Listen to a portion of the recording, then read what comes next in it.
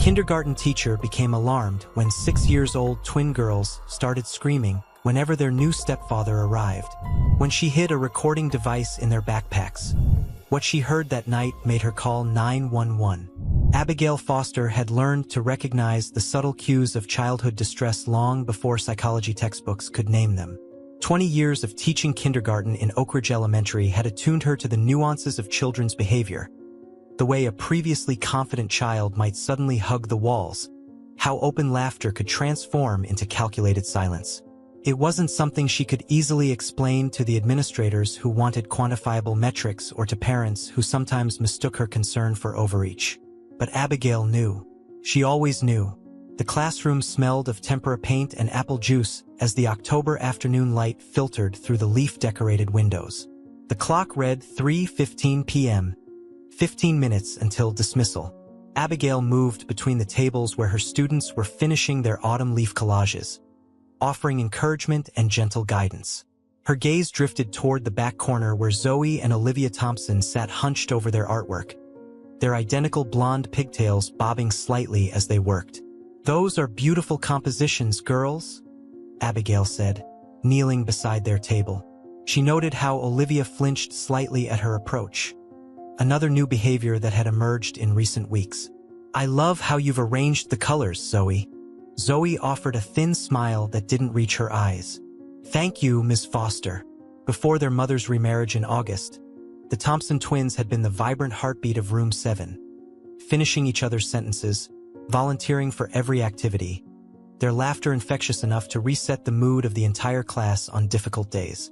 Now, in mid-October, they were like washed-out versions of themselves, their movements careful and measured, their once gleaming eyes constantly scanning the room as if anticipating something unpleasant. "Are you excited for the weekend?" Abigail asked, keeping her tone light while carefully observing their reactions. The twins exchanged a quick glance, a silent communication that Abigail couldn't decipher. "Mommy says Richard is taking us to the aquarium," Olivia said, her voice flat, fingers nervously picking at the edge of a maple leaf glued to her paper. "That sounds like fun," Abigail replied, noting how neither girl met her eyes at the mention of their stepfather. "I don't feel good," Zoe whispered. "Maybe we won't go."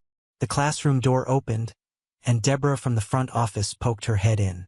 "Ms. Foster, just a reminder that the Thompson twins have an early pickup today. Their stepfather called and said he'd be here in about 5 minutes." The transformation was immediate and chilling. Olivia's collage slipped from her hands, scattering leaves across the floor. Zoe's face drained of color, her small body going rigid in her chair.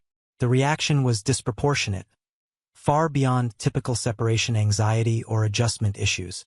"Thank you, Deborah. We'll be ready," Abigail responded, her eyes never leaving the twins. After Deborah left, Abigail moved closer to the girls, lowering her voice. "You know you can tell me anything, right? Anything at all that's bothering you." Zoe's eyes filled with tears, but she quickly blinked them away. Olivia glanced at the door, then back at her teacher. "We can't," Olivia whispered, so quietly that Abigail nearly missed it. "We're not supposed to talk about home things at school," Zoe added, her fingers twisting anxiously in her lap. Abigail felt a cold weight settle in her stomach. She'd heard similar phrases before from other children over the years, phrases that were often repeated from adults who had something to hide. She was about to gently probe further when the classroom telephone rang. She squeezed both girls' hands reassuringly before crossing the room to answer. "Room 7, Miss Foster speaking." "Hi, Abigail. It's Claire Thompson." The twins' mother's voice sounded rushed. "I just wanted to make sure Richard mentioned he's picking up the girls a bit early today. We have a family dinner with his colleagues." "Yes, the office just let me know," Abigail replied, turning to keep an eye on the twins, who were now huddled together, whispering. "Claire, I was hoping to speak with you about something I've noticed." "Oh, is there a problem with their schoolwork?" Claire interrupted, a note of tension entering her voice. "No, not their work. It's more about some changes in their behavior recently. They seem unusually anxious, especially around dismissal time." There was a pause on the line, Well, there's been a lot of change for them to adjust to. The new house, Richard joining our family. My parenting book says it's perfectly normal. Abigail chose her next words carefully. I understand that, but what I'm observing goes a bit beyond typical adjustment issues. Perhaps we could schedule a proper conference. Richard and I are really swamped right now with his work and the house renovations. Claire cut in again. Maybe in a few weeks? I'm sure they'll settle down once our routine becomes more established. Before Abigail could respond, the classroom door opened. Richard Blackwood stood in the doorway, tall and impeccably dressed in a charcoal suit that seemed excessive for a kindergarten pickup. His dark hair was perfectly styled, his smile broad and confident as he nodded at Abigail. I have to go, Claire. Richard just arrived, Abigail said. Oh, perfect timing. Thanks for understanding, Abigail. We'll talk soon. The line went dead, and Abigail placed the receiver down slowly, turning her full attention to the doorway. Richard's presence seemed to fill the room, drawing the curious gazes of other students while casting a shadow over the twins, who had gone completely still at their table. Ms. Foster, lovely to see you again, Richard said, striding forward with an extended hand. His grip was firm, his smile unwavering. To anyone else, he would appear to be the perfect stepfather. Attentive, well-mannered, engaged. I hope the girls haven't been giving you any trouble. Not at all. They're wonderful students, Abigail replied, studying his face. There was something practiced about his warmth, a calculation behind his eyes that didn't match the upward curve of his lips. They've just been a bit quieter than usual lately. Richard chuckled, lowering his voice conspiratorially. Between us, they've been testing boundaries at home. The child psychologist Claire consulted said it's perfectly normal. They're trying to see if acting out will somehow bring their old family structure back. The casual mention of a child psychologist took Abigail by surprise. In all her conversations with Claire, this had never been mentioned. Before she could inquire further, Richard turned toward the twins. There are my favorite girls, ready for our big night out. His voice rang with enthusiasm, but Abigail didn't miss the subtle stiffening of his posture, the slight narrowing of his eyes when neither child responded with matching excitement. The twins moved robotically, gathering their belongings and putting on their jackets. Their movements were synchronized in their reluctance, each small body seeming to fold inward as Richard approached. Zoe and Olivia, don't forget your art projects, Abigail said, using the opportunity to approach the girls one last time. As she helped them tuck the leaf collages into their folders, she whispered, Remember, you can always talk to me. Olivia's eyes flickered up briefly, a flash of something, desperation, before Richard's hand came to rest on her shoulder. What are we whispering about? Richard asked, his tone playful but his grip visibly tightening on Olivia's small shoulder until she winced. Just reminding them about the nature walk next week. Abigail improvised smoothly, standing to her full height, though she still had to look up to meet Richard's gaze. They'll need weather-appropriate shoes. We're excellent at weather preparation, aren't we, girls? Richard's smile remained fixed, but something cold flashed behind his eyes. A momentary glimpse behind a carefully constructed mask. Say goodbye to Ms. Foster. Goodbye, Ms. Foster. The twins mumbled in perfect unison, their voices barely audible, as Richard ushered them toward the door, his hand firmly on each of their backs. Zoe looked back over her shoulder. The fear in her eyes was unmistakable, a silent plea that haunted Abigail long after they'd disappeared down the hallway. The teacher's lounge was uncharacteristically quiet for a Friday afternoon. Most of Abigail's colleagues had rushed out to start their weekends, but she sat alone at the laminate table, nursing a lukewarm cup of tea and replaying the twins' departure in her mind. 20 years of teaching had given her a finely tuned radar for children in distress, and every instinct told her something was deeply wrong in the Thompson-Blackwood household. The door swung open, and Patricia Winters, who taught second grade down the hall, entered with an armful of science projects. You're here late, Patricia commented, depositing her load on a nearby table. Hot date. Abigail managed a small smile. Just thinking. Patricia pulled out a chair and sat down, her expression growing serious as she took in Abigail's troubled features. At 58, Patricia was the veteran of Oak Ridge Elementary, a mentor to many of the younger teachers and Abigail's closest confidant on staff. "The Thompson twins again?" Patricia asked gently. Abigail nodded, wrapping her hands around her mug. "You should have seen them today when their stepfather arrived. It wasn't normal apprehension, Patricia. It was terror. Children are remarkably adaptable, Abby. They've been through a lot of changes. This isn't about adaptation." Abigail leaned forward, lowering her voice even though they were alone. 2 months ago, they were thriving despite the divorce. They talked about weekend visits with their dad with excitement. They even mentioned their mom's new friend Richard, without any issues.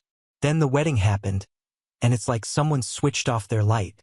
Patricia's expression remained sympathetic but cautious. "Have you spoken with Principal Harmon?" "Last week," he said without any signs of physical abuse or specific disclosures. "There's not much the school can do beyond monitoring the situation." Abigail ran a hand through her auburn hair, frustration evident in the gesture. "He reminded me that Richard Blackwood is a prominent financial advisor in town with connections to the school board. That shouldn't matter, but we both know it does," Patricia acknowledged grimly.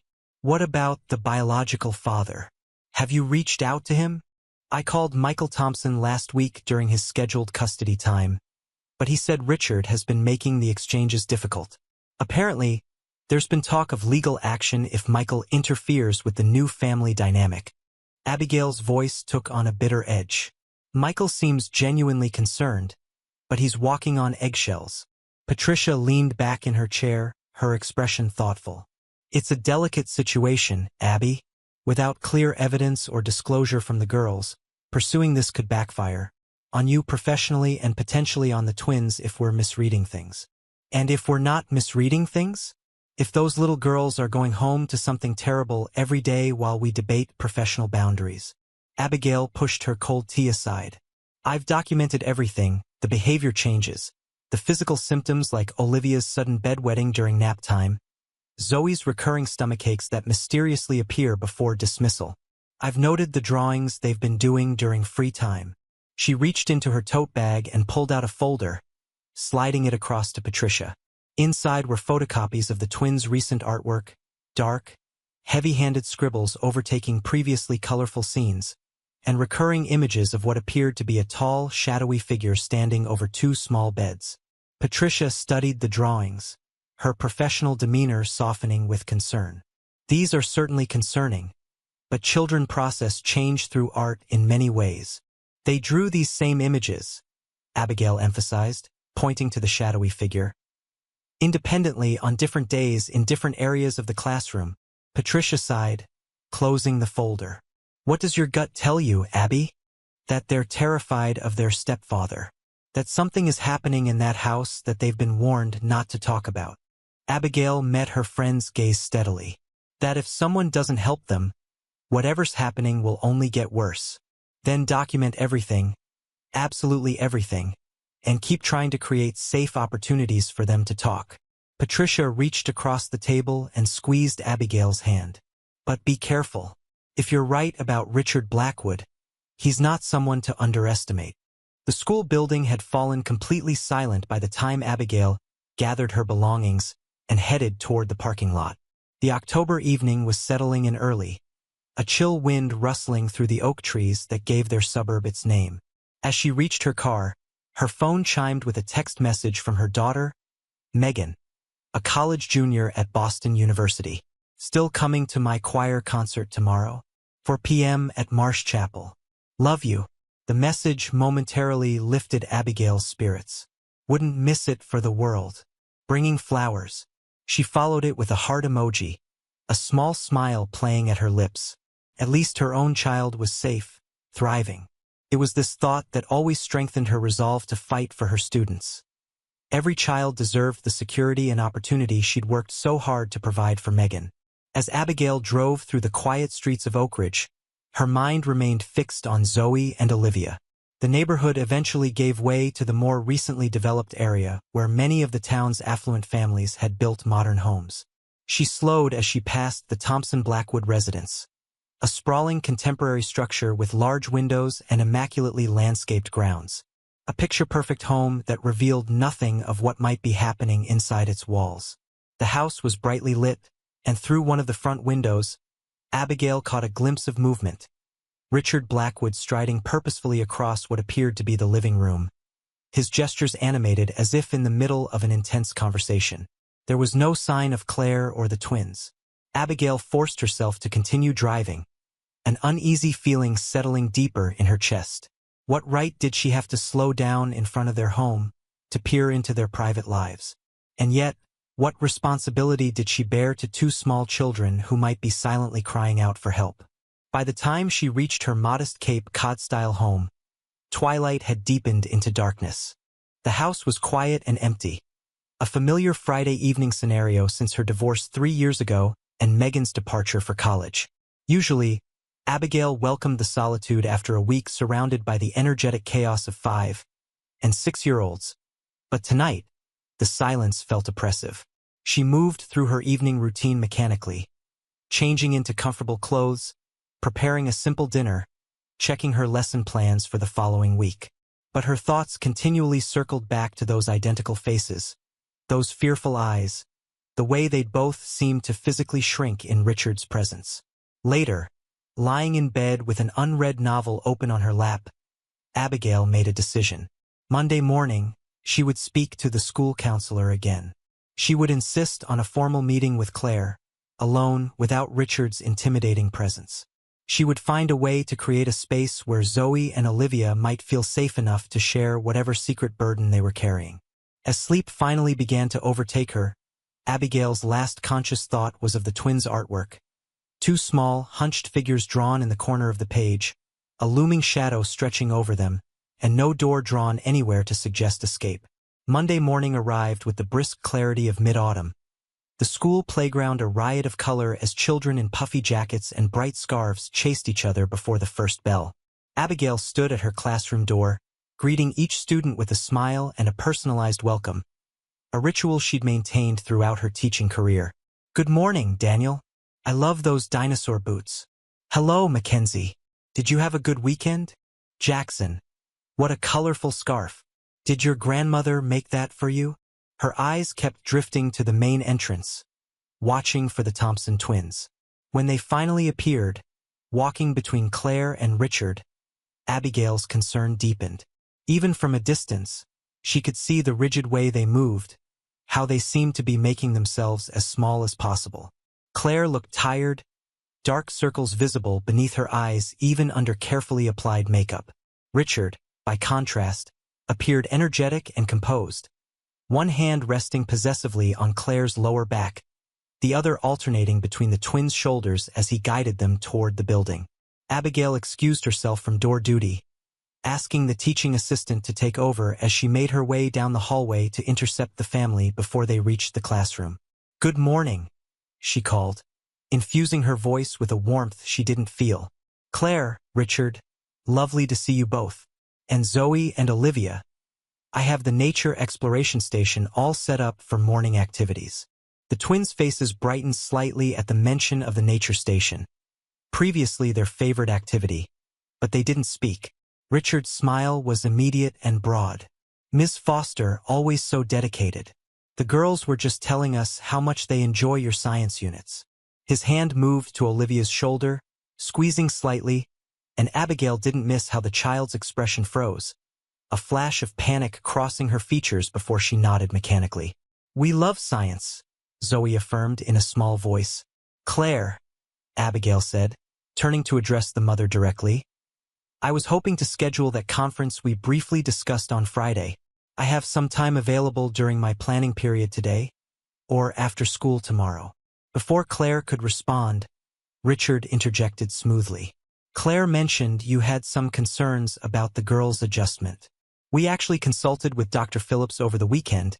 He's a child psychologist colleague of mine, and he assured us that their behavior is textbook adaptation to blended family dynamics." "I see," Abigail replied carefully, noting how Claire remained silent, her gaze fixed on the polished floor of the hallway. Still, as their teacher, I'd value the opportunity to share my observations and hear more about their home routines so we can provide consistent support. Richard's smile never wavered, but his eyes hardened slightly. Of course, we appreciate your dedication. Unfortunately, Claire and I are in the middle of some major work projects this week. Perhaps next week would be better. He turned to Claire. Darling, what does your calendar look like next week? Claire startled slightly, as if she'd been lost in thought. Oh, yes, next week should work. I'll have to check my schedule. The first bell rang, signaling 5 minutes until the start of class. Richard immediately began to shepherd the twins toward room 7. We should let you get to your students, Miss Foster. Girls, have a wonderful day. Remember what we talked about this morning. Again, that subtle squeeze on Olivia's shoulder, causing the child to tense. I'll walk them in, Abigail offered, extending her hands to the twins. After a fractional hesitation, both girls took hold of her hands, their small fingers gripping with surprising intensity. How thoughtful, Richard remarked, his tone pleasant but his gaze calculating as it moved between Abigail and the twins. Claire and I have a quarterly planning meeting this morning anyway. Have a great day, everyone. As Richard guided Claire toward the exit, Abigail noticed how the woman's steps seemed to match his exactly, how her body angled toward him as if magnetically drawn. It reminded Abigail of the way the twins had been moving, carefully, cautiously, as if navigating a minefield. Come on, girls, Abigail said gently, squeezing their hands. Let's go see what fall treasures are waiting at the nature table. As they walked toward the classroom, Zoe stumbled slightly, and when Abigail steadied her, she noticed the child wince. Are you okay, Zoe? Did you hurt yourself?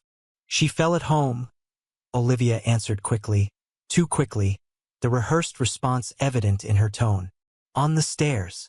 Yes, the stairs, Zoe echoed, not meeting Abigail's eyes. A cold dread settled in Abigail's stomach. She'd heard these kinds of synchronized, practiced explanations before from other children in other years, whose bruises always had convenient explanations that never quite matched the injuries themselves. Well, let's have Nurse Jacobs take a quick look, just to make sure you're okay, Abigail suggested, keeping her voice light. No! Both twins spoke in unison, their voices sharp with panic. We don't need the nurse, Olivia added, her voice dropping to a whisper. Richard says we shouldn't bother people with little things. Abigail knelt down, bringing herself to eye level with the girls in the now empty hallway. It's never bothering someone to ask for help when you're hurt or scared. Never.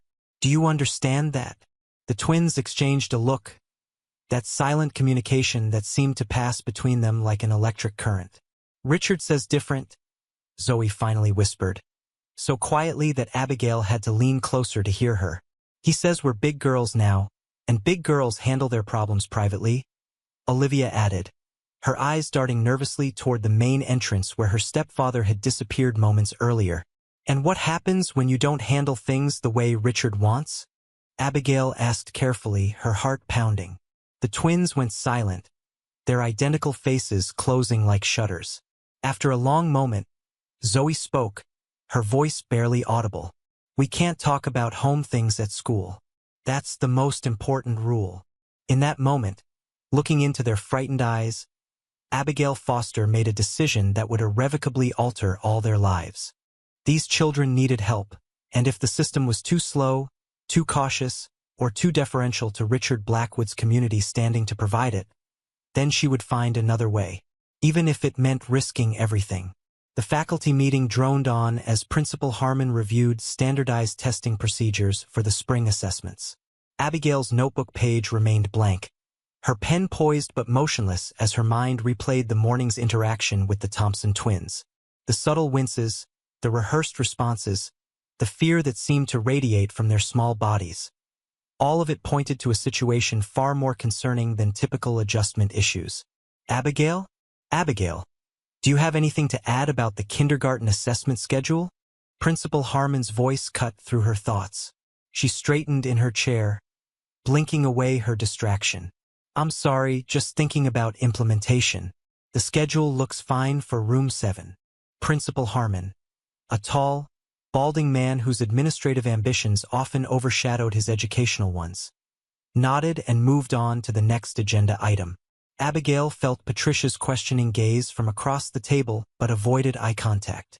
The last thing she needed was for her colleagues to think she wasn't fully engaged in her professional responsibilities, especially when she was contemplating actions that might soon put her position in jeopardy. When the meeting finally adjourned, Abigail gathered her things quickly, hoping to slip out before anyone could engage her in conversation. She nearly made it to the door when she heard Principal Harmon call her name. "Abigail, a moment?" She turned, steeling herself. "Yes, Harold. Your assistant mentioned you took the Thompson twins to see the school counselor during math centers today." His tone was carefully neutral, but Abigail detected an undercurrent of concern. Not for the children, but for potential complications. Yes, Zoe appeared to be in pain from what they described as a fall on the stairs. "I thought Ms. Reynolds might be able to get a better sense of what happened." She kept her voice professional, factual. And Zoe refused to show Ms. Reynolds where she was hurt. Both girls became extremely anxious during the meeting. Abigail hesitated, then added, "Cynthia noted the same concerning behaviors I've observed." Principal Harmon sighed, removing his glasses to polish them with his tie, a habit Abigail knew indicated discomfort with a conversation. "Abigail, I know you care deeply about your students, and that's what makes you such a valuable teacher. But I need to remind you that we have protocols for situations like this." "I'm following protocols, Harold. I've documented behavioral changes, consulted with the counselor, attempted to schedule a parent conference." "Richard Blackwood called me directly this afternoon," he interrupted, replacing his glasses. "He expressed concern that you might be, in his words, over-interpreting normal childhood behaviors through the lens of recent family changes." Abigail felt a chill run through her. "He called you? Today?"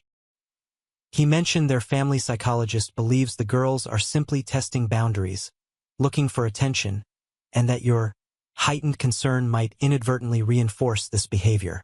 "Their family psychologist, whom I've never met, who's never observed the twins in a classroom setting, and who happens to be Richard's colleague?" Abigail struggled to keep her tone level. "Harold, these girls are exhibiting textbook signs of adjustment to significant life changes," he finished firmly. "Unless you have concrete evidence of abuse or neglect, not interpretations of artwork or behavioral changes that could have multiple causes, we need to proceed cautiously." "And if we proceed so cautiously that we fail these children?"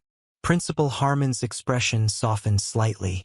"Look, I understand your concern, but Richard Blackwood is a respected member of this community. The family brought in a professional opinion. Without clear disclosure from the girls or visible signs of abuse, our hands are somewhat tied." He lowered his voice. "And frankly, given his connections to the school board and various community funding initiatives, we need to be absolutely certain before making any insinuations." There it was, the ugly reality beneath the surface. Institutional self-protection taking precedence over a child's welfare. "I'm not making insinuations, Harold. I'm reporting observable facts about 2 children in my care who have undergone disturbing behavioral changes coinciding exactly with their mother's remarriage." "Observable facts filtered through your interpretation," he countered. "Continue documenting by all means. Try again to meet with Claire Thompson, alone if possible. But please, no more unscheduled visits to the counselor without consulting me first. And remember that our primary role is education, not family therapy." The dismissal in his tone was clear. Abigail nodded stiffly, unwilling to argue further when it was evident his mind was made up. "Is that all? Just proceed with caution, Abigail, for everyone's sake." She left the office with her spine rigid, anger simmering beneath her professional veneer. In 20 years of teaching, she'd faced administrative obstacles before when advocating for at-risk students, but rarely had the resistance been so blatantly tied to a parent's social standing. The hallways were quiet now, most staff having departed for the day. Abigail made her way toward the kindergarten wing, intending to gather some materials for the next day's lessons. As she rounded the corner, she nearly collided with Cynthia Reynolds, the school counselor. "Oh, I was hoping to catch you," Cynthia said, clutching a folder to her chest. In her early 30s, with a gentle demeanor that put anxious children at ease, Cynthia was one of the few staff members Abigail felt truly understood her concerns about the twins. "Just had a lovely chat with Harold," Abigail replied, unable to keep the edge from her voice. "Apparently Richard Blackwood has already complained about my overreach." Cynthia glanced around the empty hallway before responding quietly. "I got the same lecture. But listen, I wanted to show you something."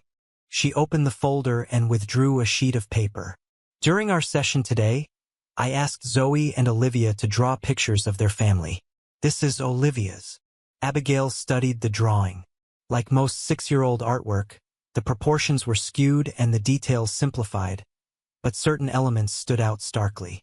Claire was drawn small, standing apart from the twins, who had huddled together at the opposite side of the paper.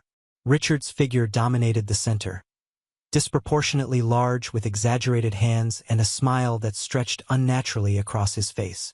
Most disturbing was the dark cloud-like shape drawn directly over the twins' stick figures. "She called that the bad feeling," Cynthia explained, pointing to the dark cloud. "When I asked where the bad feeling comes from, both girls shut down completely. And Zoe's drawing? Almost identical in composition. That's what concerns me." They weren't sitting together or able to see each other's papers, yet they produced mirror images of the same family dynamic. Cynthia slipped the paper back into her folder. "I've seen enough children from troubled homes to recognize when fear is being carefully concealed. Harold made it clear we need concrete evidence before proceeding," Abigail said bitterly. "We both know that with psychological abuse, concrete evidence is often impossible to obtain until significant damage has already been done." Cynthia hesitated, then added in a lower voice, "I've put in a preliminary call to Child Protective Services, just a consultation at this stage. They agreed the behavior is concerning but, as expected, said they can't open a formal investigation without more specific disclosures or physical evidence." A wave of gratitude washed over Abigail. At least she wasn't fighting this battle entirely alone. "Thank you, Cynthia. What did they advise?" "Continued documentation, creating safe disclosure opportunities, and trying to speak with the mother separately from the stepfather." Cynthia's expression grew troubled. "They also mentioned that cases involving wealthy, socially connected families often require more substantial evidence before action is taken, whether that's official policy or not. So the system protects those with power even from their own children," Abigail observed grimly. "Unfortunately, yes, but there's something else." Cynthia leaned closer. "I've been doing some background research on Richard Blackwood. He only moved to Oak Ridge about 18 months ago, right?" Abigail nodded. "From Chicago, I believe, after accepting a position with Meridian Financial. I have a colleague in school counseling back in Illinois. I asked her, very hypothetically, if she'd ever encountered a financial advisor named Richard Blackwood with certain concerning behaviors around children. And Abigail's heart quickened. She couldn't share specifics, of course, but suggested I look into his employment history before Chicago. Cynthia's voice had dropped to barely above a whisper. "I get the impression there might have been previous concerns that were either not substantiated or somehow handled quietly." The implications sent a chill down Abigail's spine. "Have you told Harold about this?" "Not yet. There's hardly evidence, just professional intuition and a vague suggestion from a colleague. But it reinforces my belief that we need to keep pushing on this. Bureaucratic roadblocks be damned." Abigail squeezed Cynthia's arm gratefully. "Keep me updated on anything else you discover. I'm going to try reaching Claire again. See if I can arrange to meet her somewhere away from Richard's influence." As they parted ways, Abigail felt a renewed sense of purpose. The institutional barriers were formidable, but knowing she had at least one ally strengthened her resolve. Whatever was happening to Zoe and Olivia, she would not let administrative cowardice or social power dynamics silence her concern. The next day brought a persistent, dreary rain that matched Abigail's mood as she supervised morning arrival. She watched droplets chase each other down the classroom windows, her thoughts interrupted only by the necessary greetings and assistance as her students arrived, shaking off umbrellas and struggling with damp raincoats. When the Thompson twins entered, something in their demeanor immediately heightened her concern. Both girls moved with unusual stiffness, their faces pale and drawn despite the chilly morning that should have brought color to their cheeks. More alarming was the way Olivia kept her right arm pressed protectively against her side. "Good morning, Zoe, Olivia." Abigail greeted them warmly, kneeling to their level. "Would you like help with your raincoats?" "We can do it," Zoe answered quickly, positioning herself slightly in front of her sister. Abigail noted the protective gesture, another recent development. The twins had always been close, but lately, Zoe had begun assuming an almost parental role toward Olivia, who seemed to have withdrawn even further than her sister. "Olivia, is your arm bothering you?" Abigail asked gently. The girl's eyes widened in alarm. "No, it's fine. She just slept on it funny," Zoe interjected, the explanation coming too quickly, too rehearsed. "Our mom said it will feel better soon." Abigail maintained her calm demeanor while internally cataloging another red flag. "Well, if it starts hurting during the day, you'll tell me, right? So we can help you feel better." Both girls nodded without making eye contact, hurrying to their cubbies to deposit their belongings. Throughout the morning routine, calendar time, phonics practice, and small group reading, Abigail kept the twins in her peripheral vision. Olivia clearly favored her right arm, wincing whenever she had to raise it or place weight on it. During art time, she struggled to hold her paintbrush, eventually switching to her non-dominant left hand with visible frustration. "Ms. Foster," Olivia's small voice interrupted Abigail's conversation with another student. "May I go to the bathroom, please?" "Of course, sweetie. Take the buddy pass." Before Olivia could reach for the pass, Zoe was on her feet. "I'll go with her." "Zoe, we just used the buddy pass, remember? Olivia can go by herself, and you can have your turn after." Panic flashed across Zoe's face. "But we always go together at home. Richard says we have to stay together." The comment sent another warning signal through Abigail's mind. Twin children naturally shared a close bond, but the intensity of Zoe's protective behavior suggested something more concerning, as if she feared what might happen if she let her sister out of her sight. "It's our classroom rule to go one at a time, but I promise Olivia will be just fine," Abigail explained gently. "The bathroom is just across the hall." Zoe reluctantly sat down, her eyes following her sister anxiously as Olivia left the room. The moment Olivia was out of sight, Zoe's hands began twisting in her lap, her breathing becoming shallow and rapid. Abigail moved closer, crouching beside her desk. "Zoe, are you okay?" The girl nodded quickly, too quickly, her eyes never leaving the door. "She needs to come back. She has to come back right now. She'll be back in just a minute," Abigail assured her, growing increasingly concerned by the child's disproportionate anxiety. "Can you tell me why you're worried?" "Richard says bad things happen to little girls who go places alone," Zoe whispered, her voice trembling. "He tells us stories about it at bedtime." Abigail felt her blood run cold. "What kind of stories, Zoe?" But Zoe had already clamped her mouth shut, her eyes widening in alarm as if she'd said too much. Before Abigail could probe further, Olivia returned, and Zoe's relief was palpable, her small body sagging with visible release of tension. Abigail made a mental note to document this interaction immediately. Telling frightening stories to young children about being alone, paired with insisting they stay together at all times, struck her as a calculated tactic to ensure the twins would never have an opportunity to disclose abuse separately. The morning progressed, and Abigail continued her careful observation while maintaining the structured routine that provided her students with a sense of security. During center time, she positioned herself near the reading nook where Olivia had settled with a picture book, awkwardly turning pages with her left hand. "That's one of my favorite stories," Abigail commented, sitting down beside her. "Would you like me to read it with you?" Olivia nodded, her expression brightening slightly. As they read together, Abigail gradually shifted the conversation. "Olivia, I noticed you're using your left hand today instead of your right. Is your arm still feeling uncomfortable from sleeping on it? The child's demeanor instantly changed, her body tensing. I'm not supposed to talk about it. About your arm? Abigail kept her tone conversational, non-threatening. Olivia hesitated, glancing across the room to where Zoe was engaged in a matching game with another student. When she spoke again, her voice was so quiet Abigail had to lean closer to hear. It was my fault. I made a mess in the kitchen when I was getting water. What happened then? Abigail prompted gently. I'm not supposed to say home things at school. Olivia's eyes filled with tears. Richard says tattletales get what they deserve. The threatening undertone sent a wave of anger through Abigail, but she maintained her calm exterior. Olivia, sweetheart, if someone hurts you, it's never your fault, and telling a trusted adult isn't tattling. It's being brave and keeping yourself safe. But what about Zoe?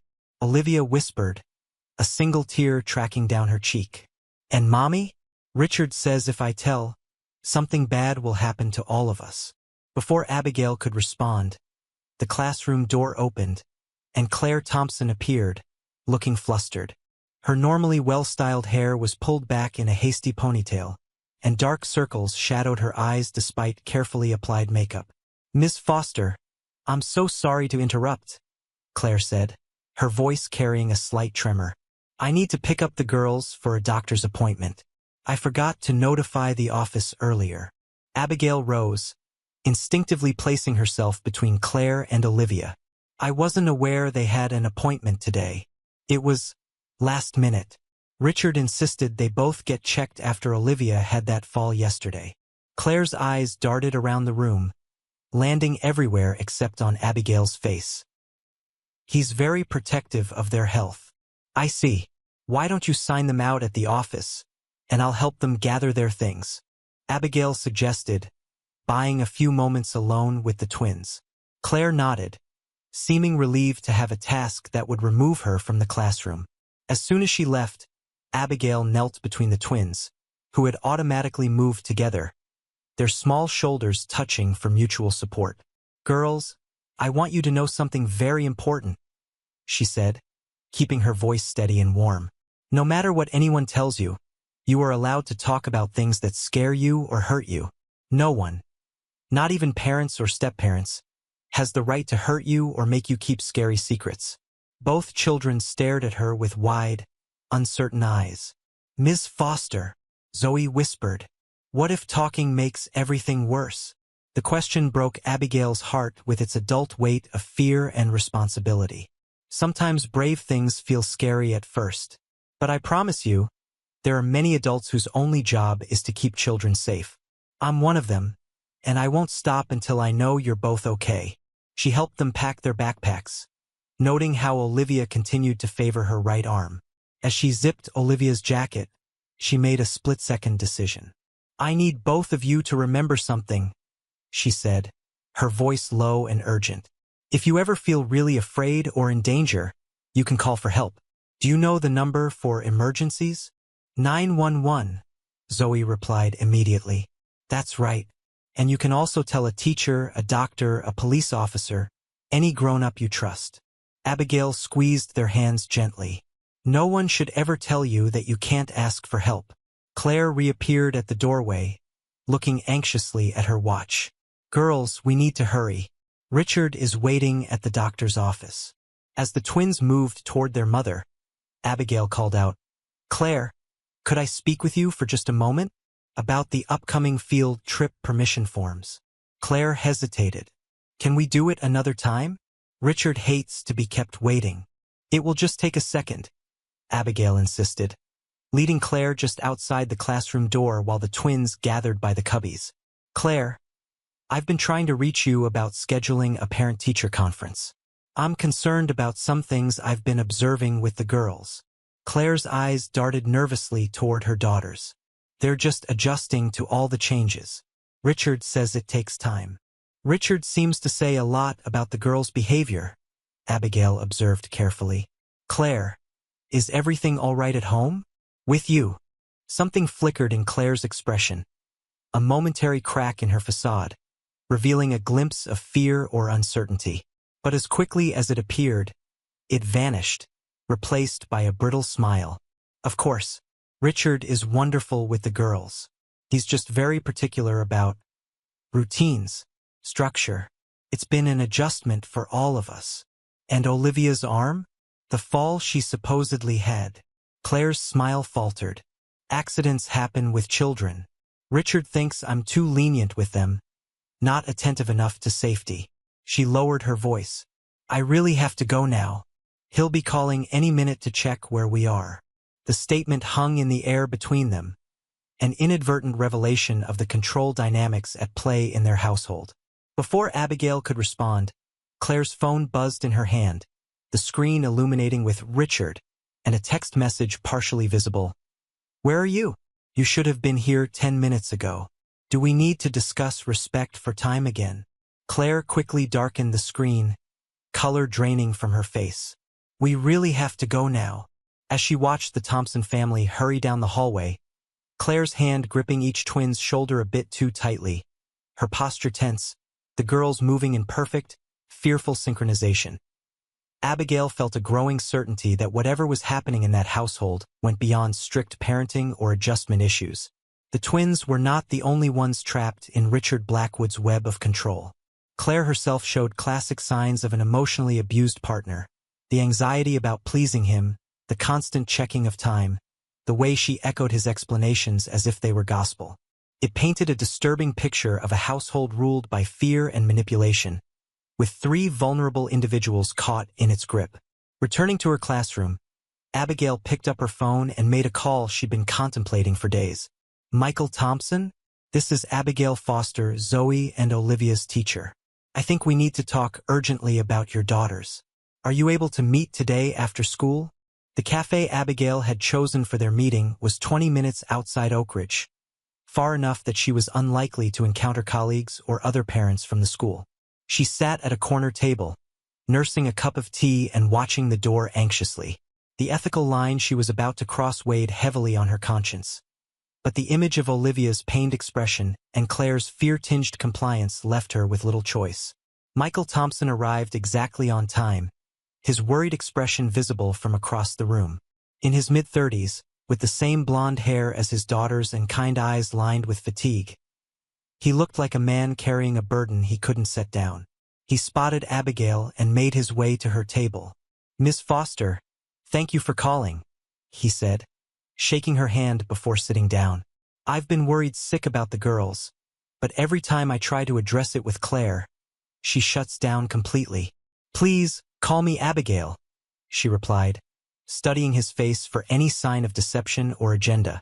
She found none, only genuine parental concern. Mr. Thompson, Michael, please. Michael, what I'm doing right now, meeting with you privately to discuss concerns about your daughters, is ethically complicated. Under normal circumstances, I would never discuss a student with one parent without the other parent's knowledge. He nodded gravely. I understand. The fact that you've taken this step tells me my concerns aren't just divorced dad paranoia. They're not, Abigail confirmed, her voice low. In the past few months, I've observed extremely concerning behavioral changes in both girls. They've become withdrawn, anxious, and they exhibit disproportionate fear reactions whenever Richard is mentioned or present. Michael's hands clenched around his coffee cup. I've noticed the same thing during my weekend visits, but whenever I try to get them to open up, they shut down completely. Last weekend, Zoe had a full-blown panic attack when I mentioned I might call their mother to arrange some extra time with them. Have you observed any physical injuries? Unexplained bruises? Complaints of pain? He hesitated. Nothing definitive.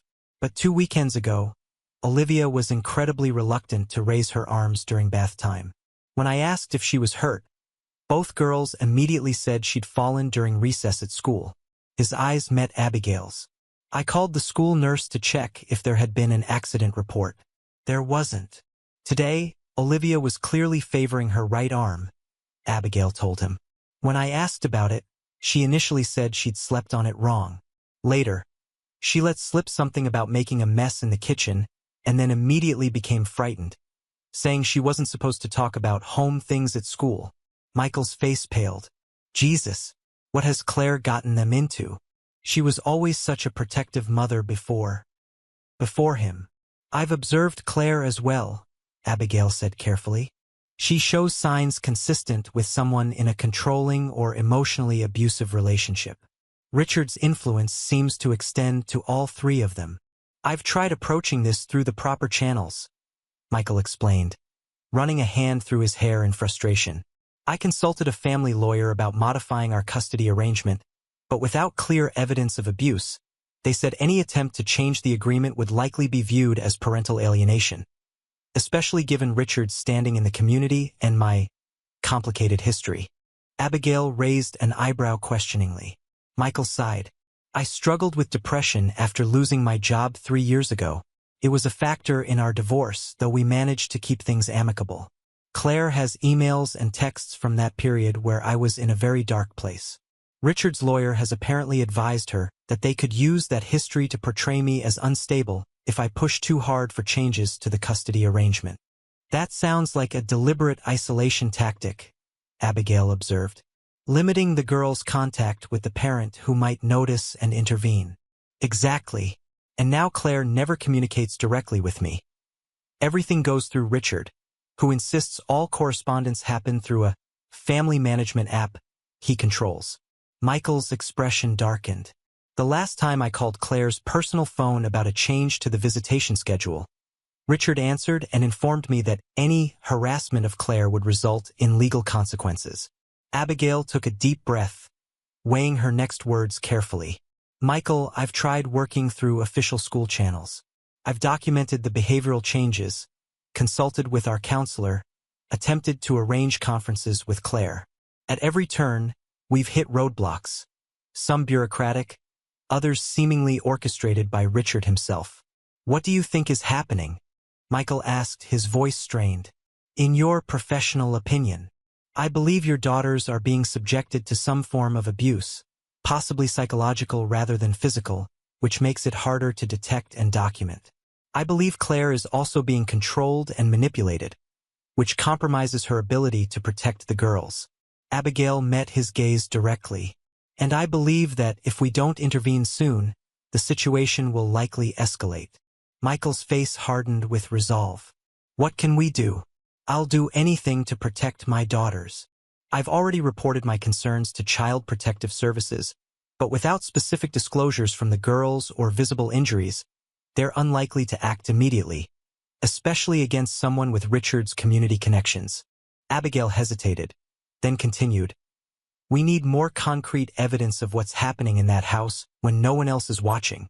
You're talking about surveillance? Michael looked uncertain. I'm not sure I have the resources or knowledge for something like that. No, nothing that complicated, Abigail assured him. But I've been considering an admittedly unorthodox approach. She lowered her voice further. The twins bring their backpacks home every night. If there were a small recording device concealed in one of them, understanding dawned on Michael's face. You want to record what's happening at home.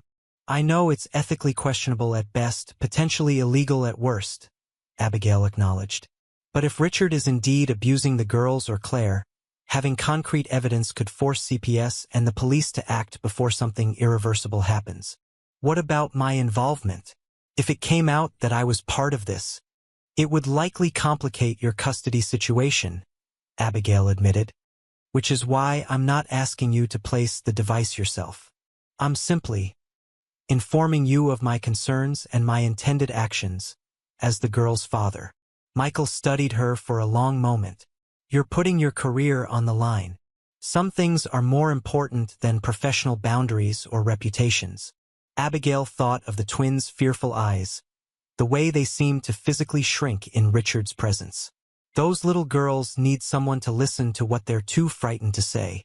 After a long silence, Michael reached into his pocket and removed a small, rectangular device no larger than a USB drive. I work in IT security. This is an audio recorder with a 48-hour battery life and motion-activated recording capability. He placed it on the table between them. If you're determined to do this, at least use something reliable. Abigail looked at the device, then back at Michael's face. You came prepared.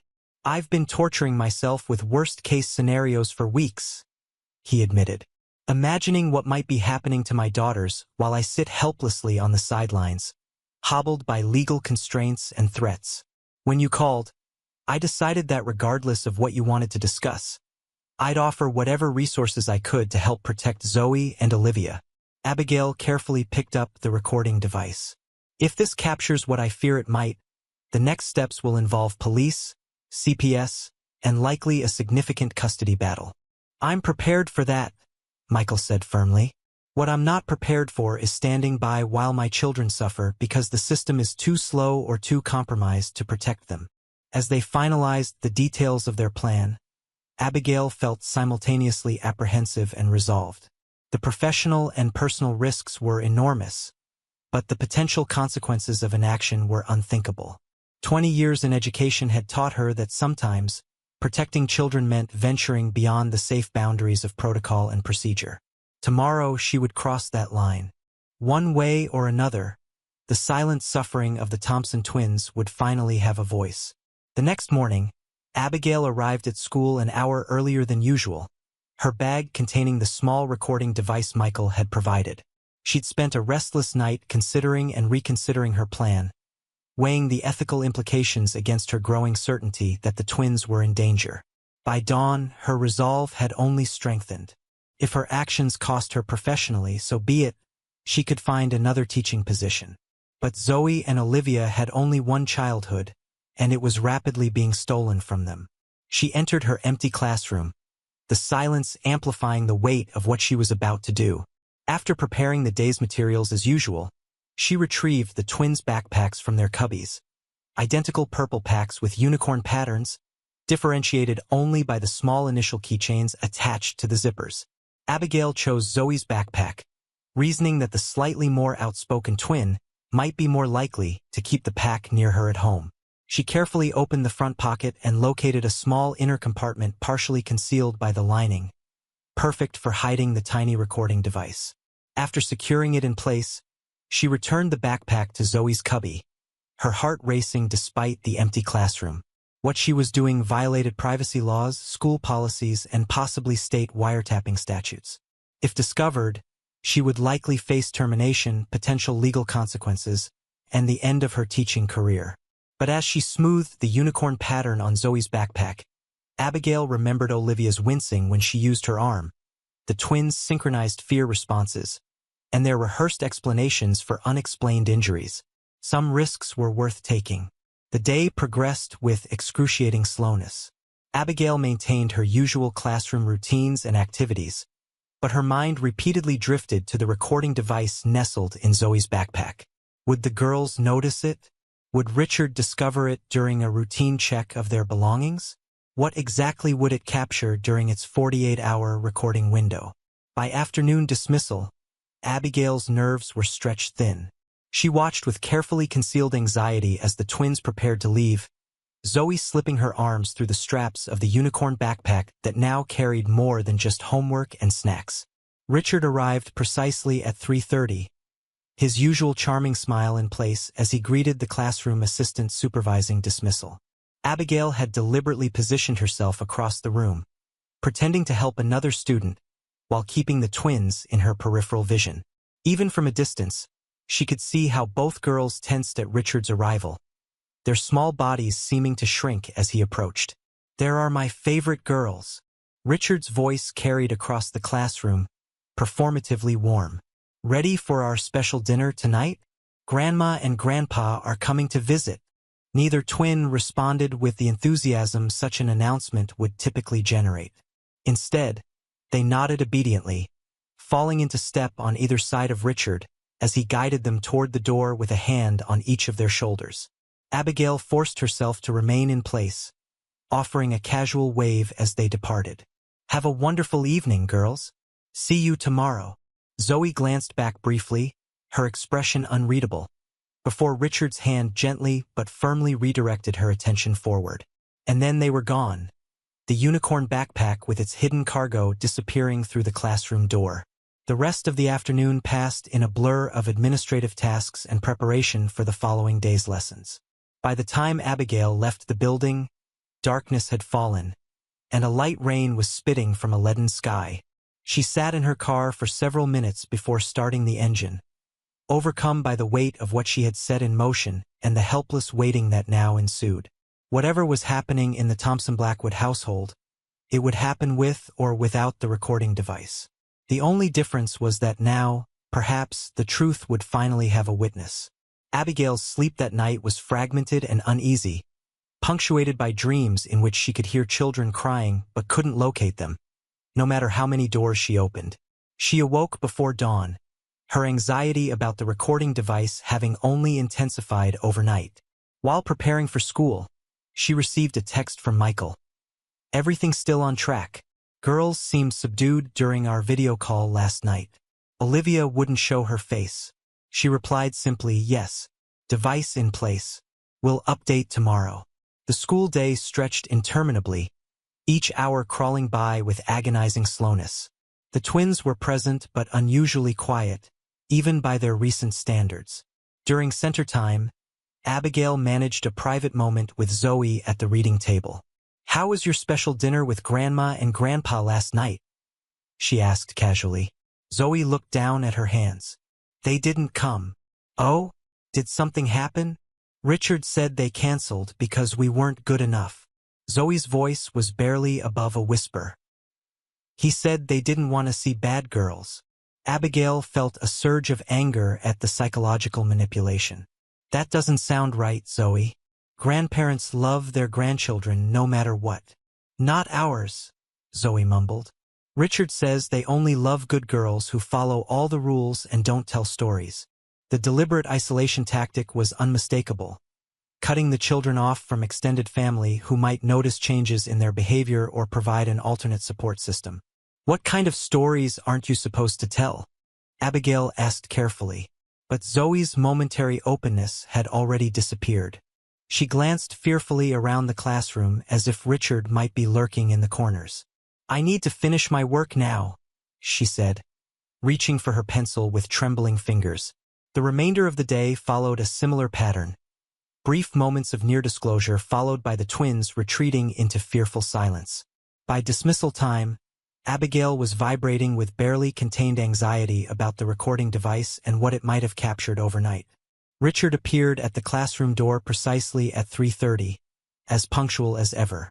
Today, his charming facade seemed slightly frayed around the edges, his smile a fraction too tight, his normally perfect posture rigid with tension. "Girls, let's go," he called, forgoing his usual effusive greeting. "We have a busy afternoon." As the twins gathered their belongings, Abigail approached Richard with deliberate casualness. "The girls mentioned their grandparents couldn't make it for dinner last night. I hope everything's all right." Richard's expression flickered with momentary surprise before settling back into practiced pleasantness. "Oh, just a miscommunication about dates. We've rescheduled for next week." He lowered his voice confidentially. "To be honest, Claire's parents aren't entirely supportive of our marriage. Some people find it difficult to accept new family structures." "That must be challenging," Abigail replied neutrally, watching as Zoe and Olivia approached, backpacks in place. Her eyes fixed briefly on the purple unicorn pattern of Zoe's pack. Still there, still seemingly undisturbed. "Ready, girls?" Richard placed a hand on each of their shoulders, his fingers noticeably tighter than necessary. "Say goodbye to Ms. Foster." "Goodbye, Miss Foster," they chorused mechanically. As they turned to leave, Olivia stumbled slightly. Richard's hand instantly tightened on her shoulder, steadying her with an efficiency that might have seemed caring to casual observers but struck Abigail as threatening in its controlled precision. "Careful," he said, his voice pleasant but with an undercurrent that made Olivia flinch. "We wouldn't want another accident, would we?" The implication hung in the air as they departed, leaving Abigail with a deepening certainty that her unconventional intervention had been the right choice, regardless of the professional consequences.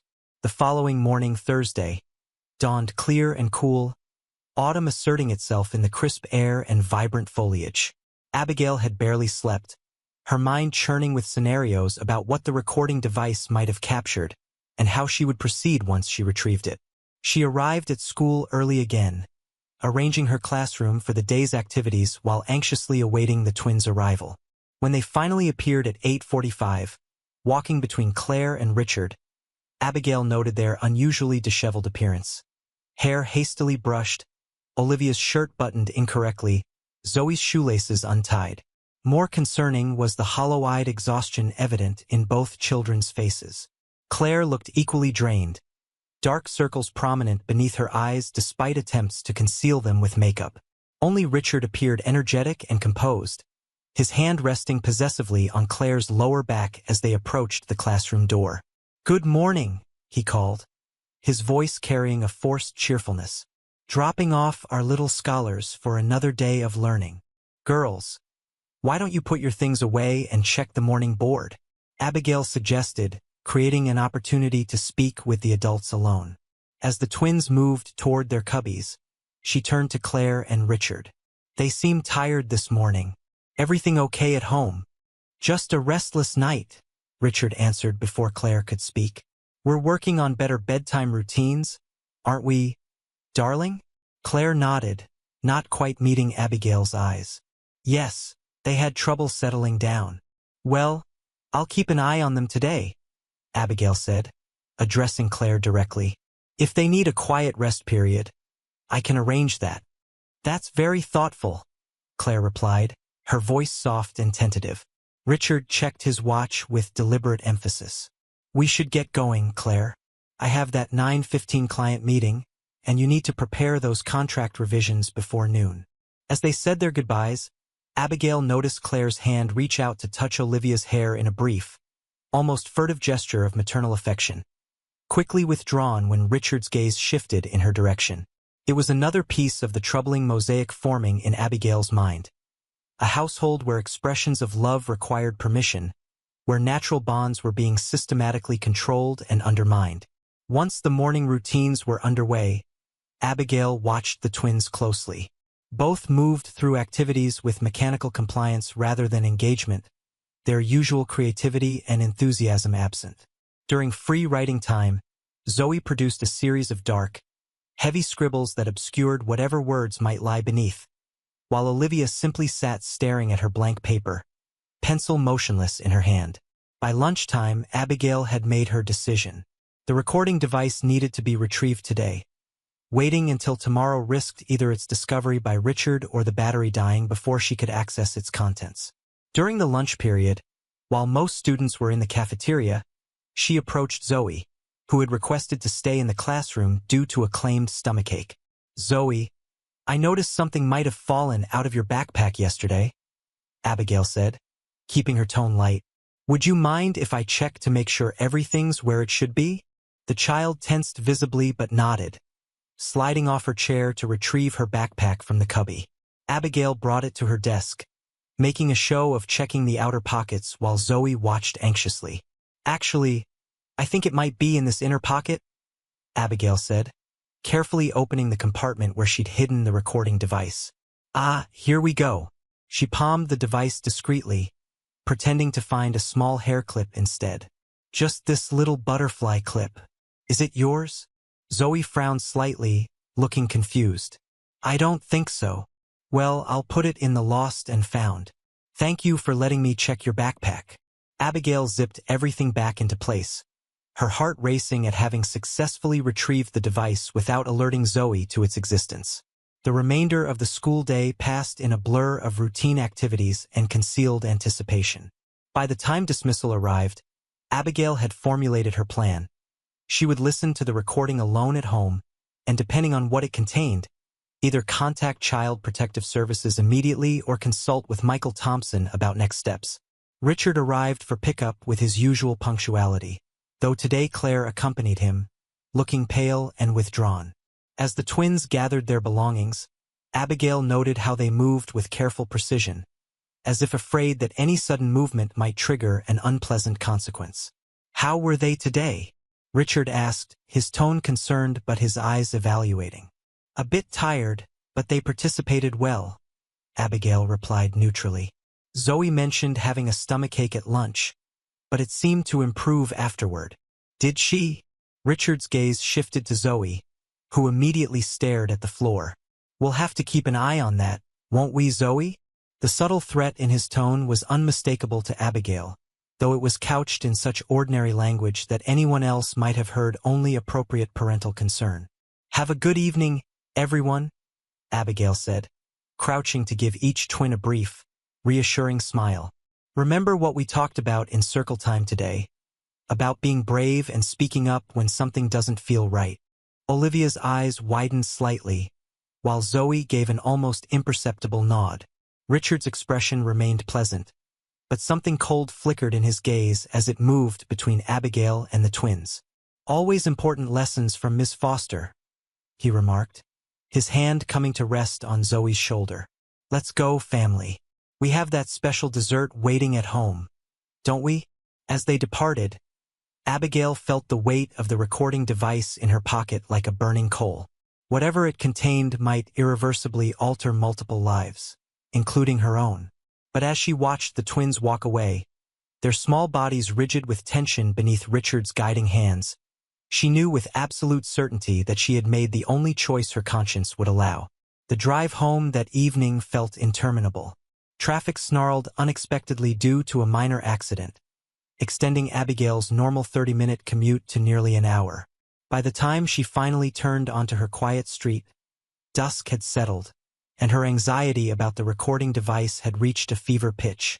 Inside her house, she moved through the familiar routine of feeding her cat, checking mail, and preparing a simple dinner, all while the device sat untouched on her kitchen counter. Part of her wanted to listen immediately, but another part, the part that understood how irrevocably this might change everything, needed the buffer of ordinary tasks first. Finally, dinner abandoned half-eaten, Abigail carried the device to her home office and connected it to her computer. According to Michael's instructions, the recordings would be organized by timestamps, activated whenever significant sound was detected. She clicked on the first file, timestamped 4:15 p.m. the previous day, shortly after Richard had picked up the twins from school. The recording began with typical ambient sounds: car doors closing, seatbelts clicking, the engine starting. Richard's voice came through with unsettling clarity. "So, did anything interesting happen at school today?" The twins' responses were muted, barely audible. "No. Miss Foster didn't ask any more questions about home? About our rules?" Silence. Then Zoe's hesitant voice. "She asked about Olivia's arm. And what did you tell her?" Richard's tone remained conversational, but Abigail detected the dangerous undercurrent. "That she slept on it funny," Olivia answered quickly. "Like you told us to say. Good girls. Remember, home things stay at home. Miss Foster might seem nice, but she doesn't understand our special family rules. If she knew how many mistakes you make, she might think you need to go to a special school for problem children, away from your mom. You wouldn't want that, would you?" "No." The twins chorused, their voices small and frightened. "That's right. Because we're a family, and family protects each other by keeping private things private." The recording continued, capturing the drive home and their arrival at the house. Abigail listened as Richard instructed the twins to complete homework at the kitchen table, while he and Claire had a grown-up conversation in his study. The audio became muffled as Zoe's backpack was presumably set down in the kitchen, but Abigail could still make out fragments of conversation between the twins. "Do you think Grandma and Grandpa really didn't want to see us?" Olivia whispered. "I don't know. Richard said they called us bad. But we tried to be good. Not good enough. We're never good enough." The matter-of-fact acceptance in their voices broke Abigail's heart. At 6 years old, they were internalizing a message of fundamental unworthiness, a psychological manipulation that could shadow them well into adulthood if not addressed. The next several recordings captured mundane evening activities: dinner preparation, Claire's subdued attempts at conversation, Richard's dominating presence directing every interaction. What struck Abigail most was not dramatic abuse but the constant, low-grade psychological control. Richard correcting the twins' table manners with veiled threats, monitoring Claire's food portions with comments about watching her figure, creating an atmosphere where every movement seemed scrutinized and potentially punishable. Then came bedtime. The timestamp showed 8:20 p.m., presumably after baths and pajamas. Abigail heard Claire's voice, softened with maternal affection, reading a brief bedtime story. Then Richard's voice, suggesting Claire go take her evening medication, while he finished tucking in the girls. A door closed. Brief silence. Then Richard's voice underwent a chilling transformation, the practiced warmth evaporating, replaced by cold precision. "Now for our special bedtime routine," he said, his tone eerily calm. Hands above the covers, eyes closed. No talking, no getting up, no crying. What happens to little girls who break the rules? Bad things. The twins responded in unison, their voices mechanical. That's right. And what happens if you tell anyone about our special rules? Worse things, they answered. To Mommy and to us. Good. You're learning. Richard's voice moved closer to what must have been the backpack's location. Now, let's check for monsters, shall we? What followed turned Abigail's blood to ice. The monster check was clearly a ritualized search of the room. Drawers opened and closed, closet inspected, even looking under the beds. All narrated with subtle psychological terror. Monsters love to hide and wait for little girls who tell secrets, Richard explained in a detached voice. They especially love to find little tattletales who talk to teachers or counselors. They hide under beds and wait until everyone's asleep.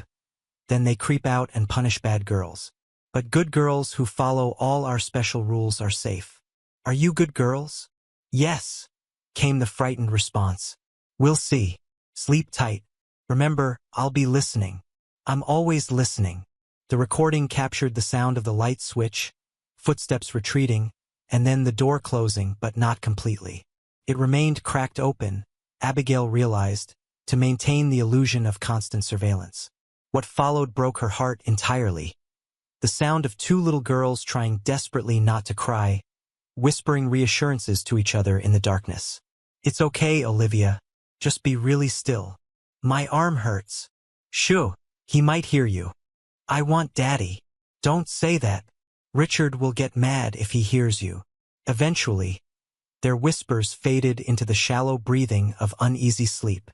The recording went silent as the motion-activated feature paused due to inactivity. Abigail sat frozen in her chair, tears streaming down her face. What she had just heard wasn't physical abuse in the traditional sense.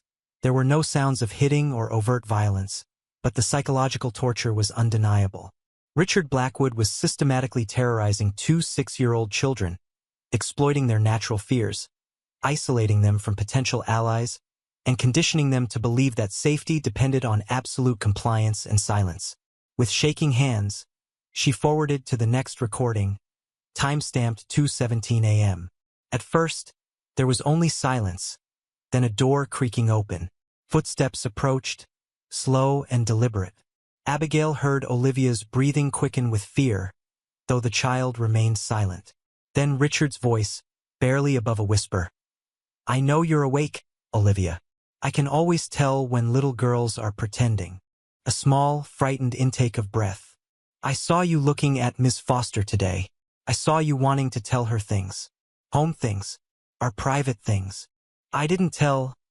Olivia's voice was barely audible, trembling with terror. Not yet, but you wanted to. A long pause. Do you know what happens to mothers whose little girls tell secrets? They have to go away. Forever. Is that what you want? For your mommy to disappear? No. The word was half sob, half whisper. Then remember our rules. Always remember our rules. Another pause. Then, I'll be watching you tomorrow. Every minute. Every word.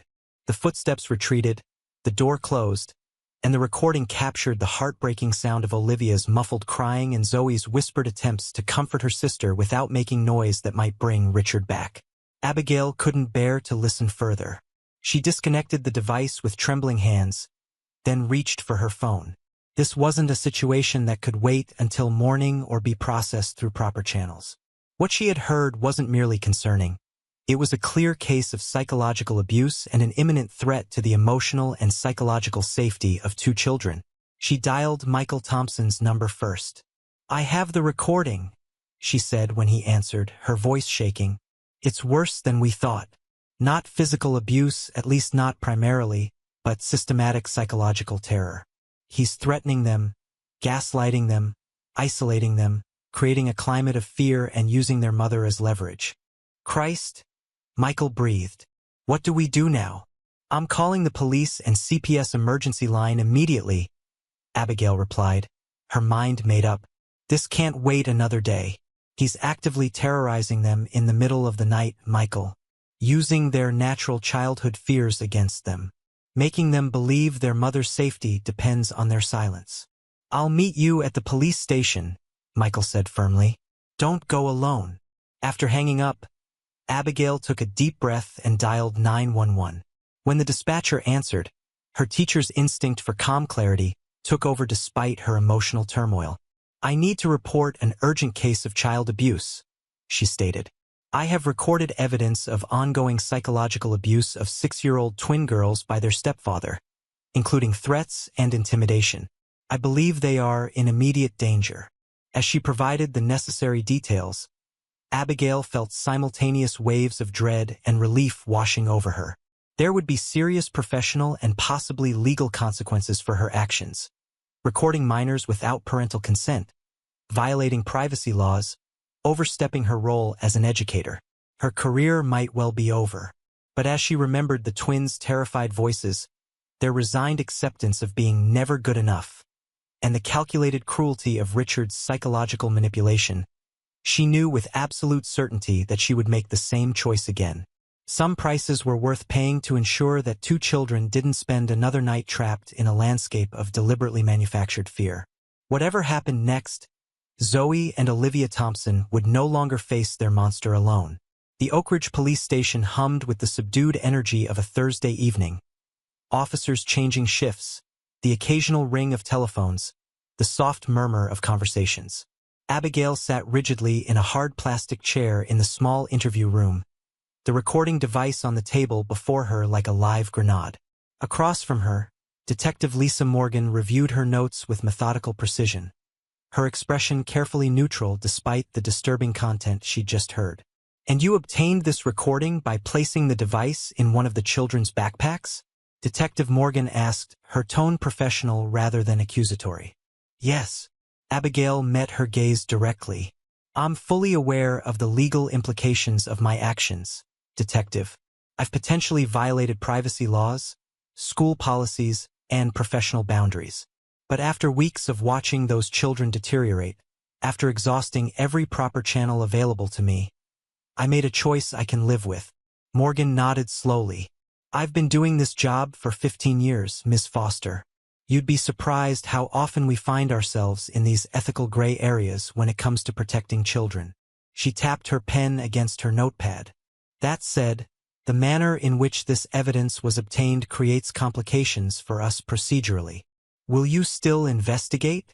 Abigail leaned forward, her heart racing. Those girls can't spend another night in that house. We absolutely will investigate, Morgan assured her. What I heard on that recording, especially the nighttime intimidation, constitutes psychological abuse under state law.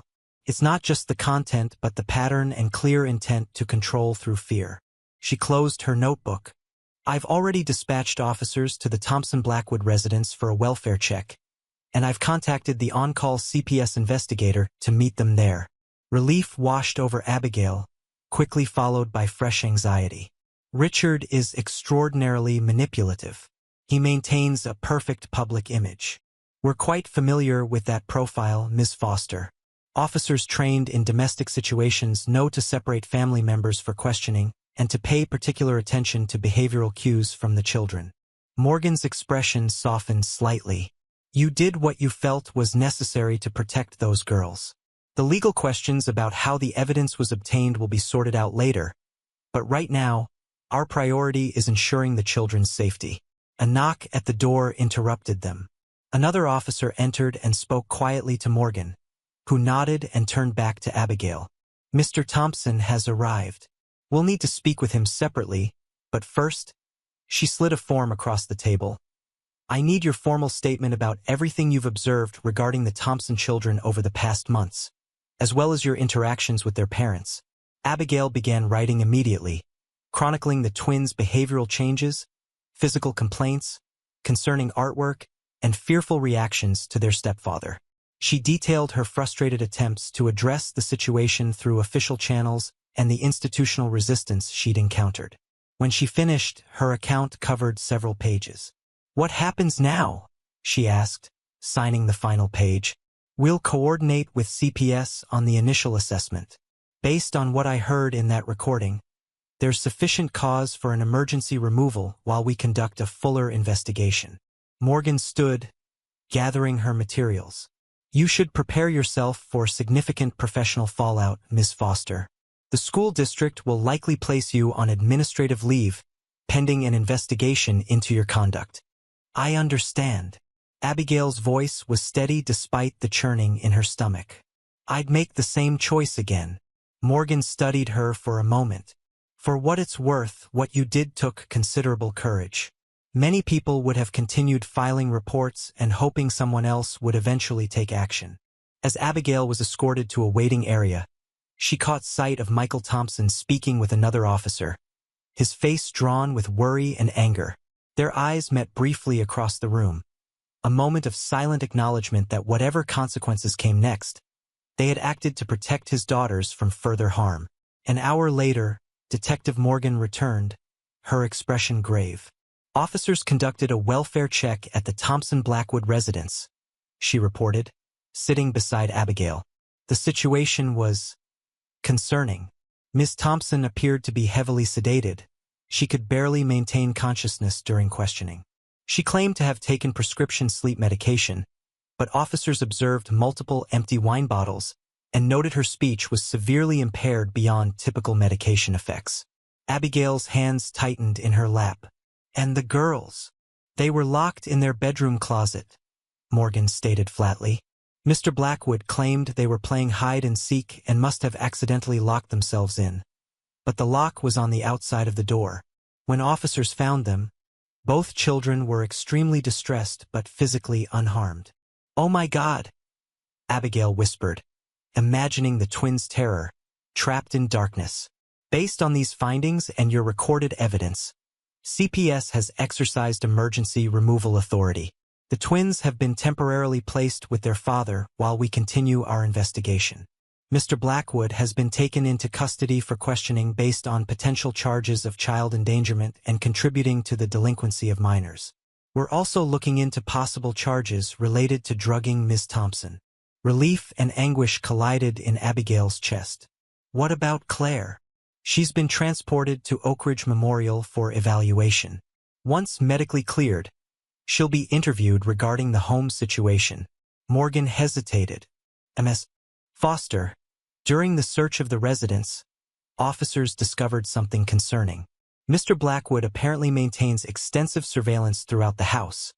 Hidden cameras in the children's bedroom, bathroom, and most other living areas. The footage is stored on encrypted hard drives in his home office."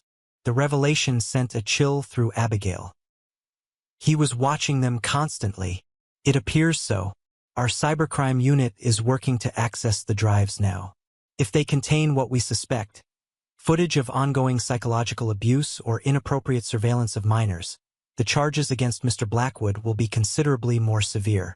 Abigail absorbed this information silently, her teacher's imagination unwillingly constructing an image of the twins' life under such constant scrutiny. Never free from watchful eyes, never safe even in supposedly private moments. It explained their hypervigilance, their careful movements, their perpetual fear of making mistakes. "There's one more thing," Morgan added. "During booking, we ran Mr. Blackwood's fingerprints through the national database. We got a match to a Richard Blackwood from Chicago with a different middle name and birth date, and another match to an Eric Ramsden from Seattle with multiple sealed records. We're still connecting the dots, but it appears he may have changed his identity multiple times." "Previous victims," Abigail murmured, remembering what Cynthia had discovered about his employment history before Chicago. "That's our working theory. We've contacted authorities in both jurisdictions for additional information." Morgan stood. "You're free to go home for now, Miss Foster, but we'll need you to remain available for further questioning. And I should warn you, once word gets out about your involvement, You'll likely face significant scrutiny from the school board and possibly the media. I understand.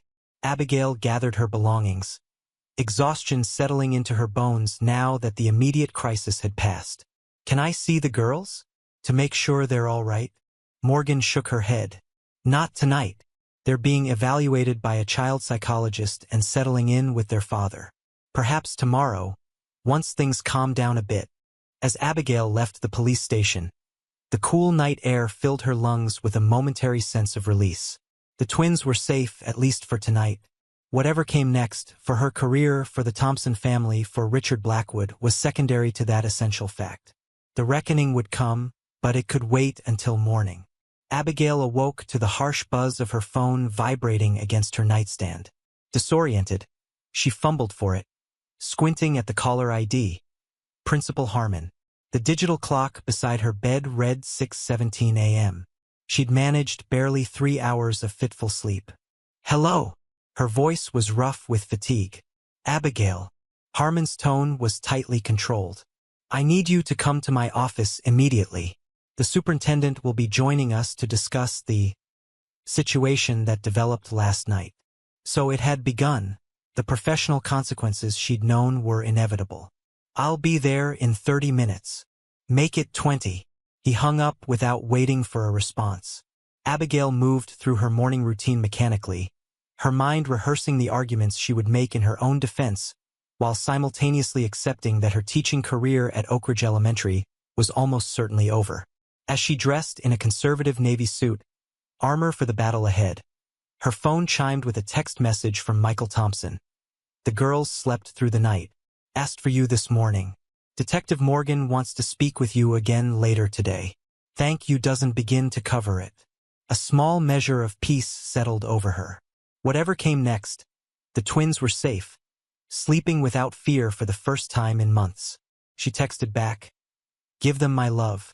Tell them Miss Foster is thinking about them. I'll see them soon. The drive to Oak Ridge Elementary felt surreal, the familiar route now leading to what would likely be her professional execution. The parking lot was largely empty at this early hour, save for Harold Harmon's silver Audi and an unfamiliar black SUV that undoubtedly belonged to Superintendent Watkins. Abigail parked, gathered her courage, and entered the building. The hallways were silent and dim, the classroom doors closed, the bulletin boards displaying student artwork that suddenly seemed poignant in its innocence. She had dedicated 20 years to this building, to the children who passed through it, to the sacred responsibility of nurturing young minds. If this was to be her last day walking these halls as an educator, she would do so with her integrity intact. Principal Harmon's office door stood open, voices murmuring within. Abigail knocked once on the frame before entering. Harmon sat behind his desk, his normally florid face ashen with stress. Beside him stood Superintendent Watkins, a tall, imposing woman whose administrative efficiency was matched only by her political savvy. A third figure rose as Abigail entered. Thomas Reed, the school district's legal counsel. Ms. Foster, Watkins greeted her, not offering a hand. Please sit. Abigail took the single chair positioned before Harmon's desk, acutely aware of the power dynamic established by the seating arrangement. Her alone, facing judgment from the triumvirate of administrative authority.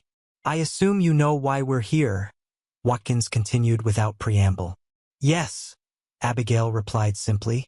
You placed a recording device in a student's backpack without parental knowledge or consent, Harmon stated, reading from a prepared statement.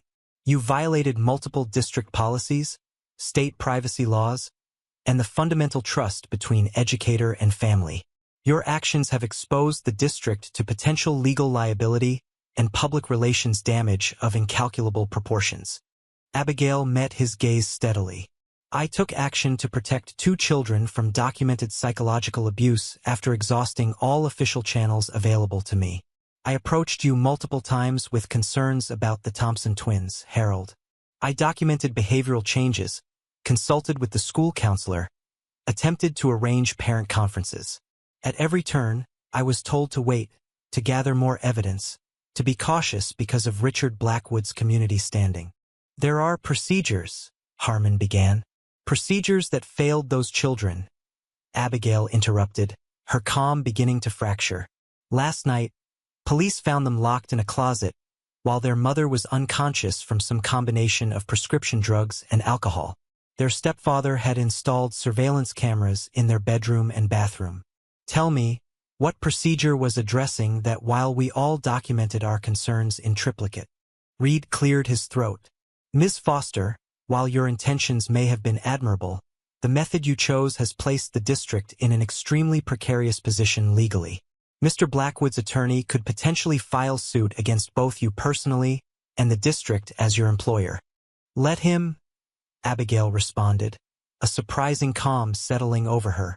I'd welcome the opportunity to detail in open court exactly what that man was doing to those children, while the systems designed to protect them moved at a bureaucratic pace dictated by risk management rather than child welfare.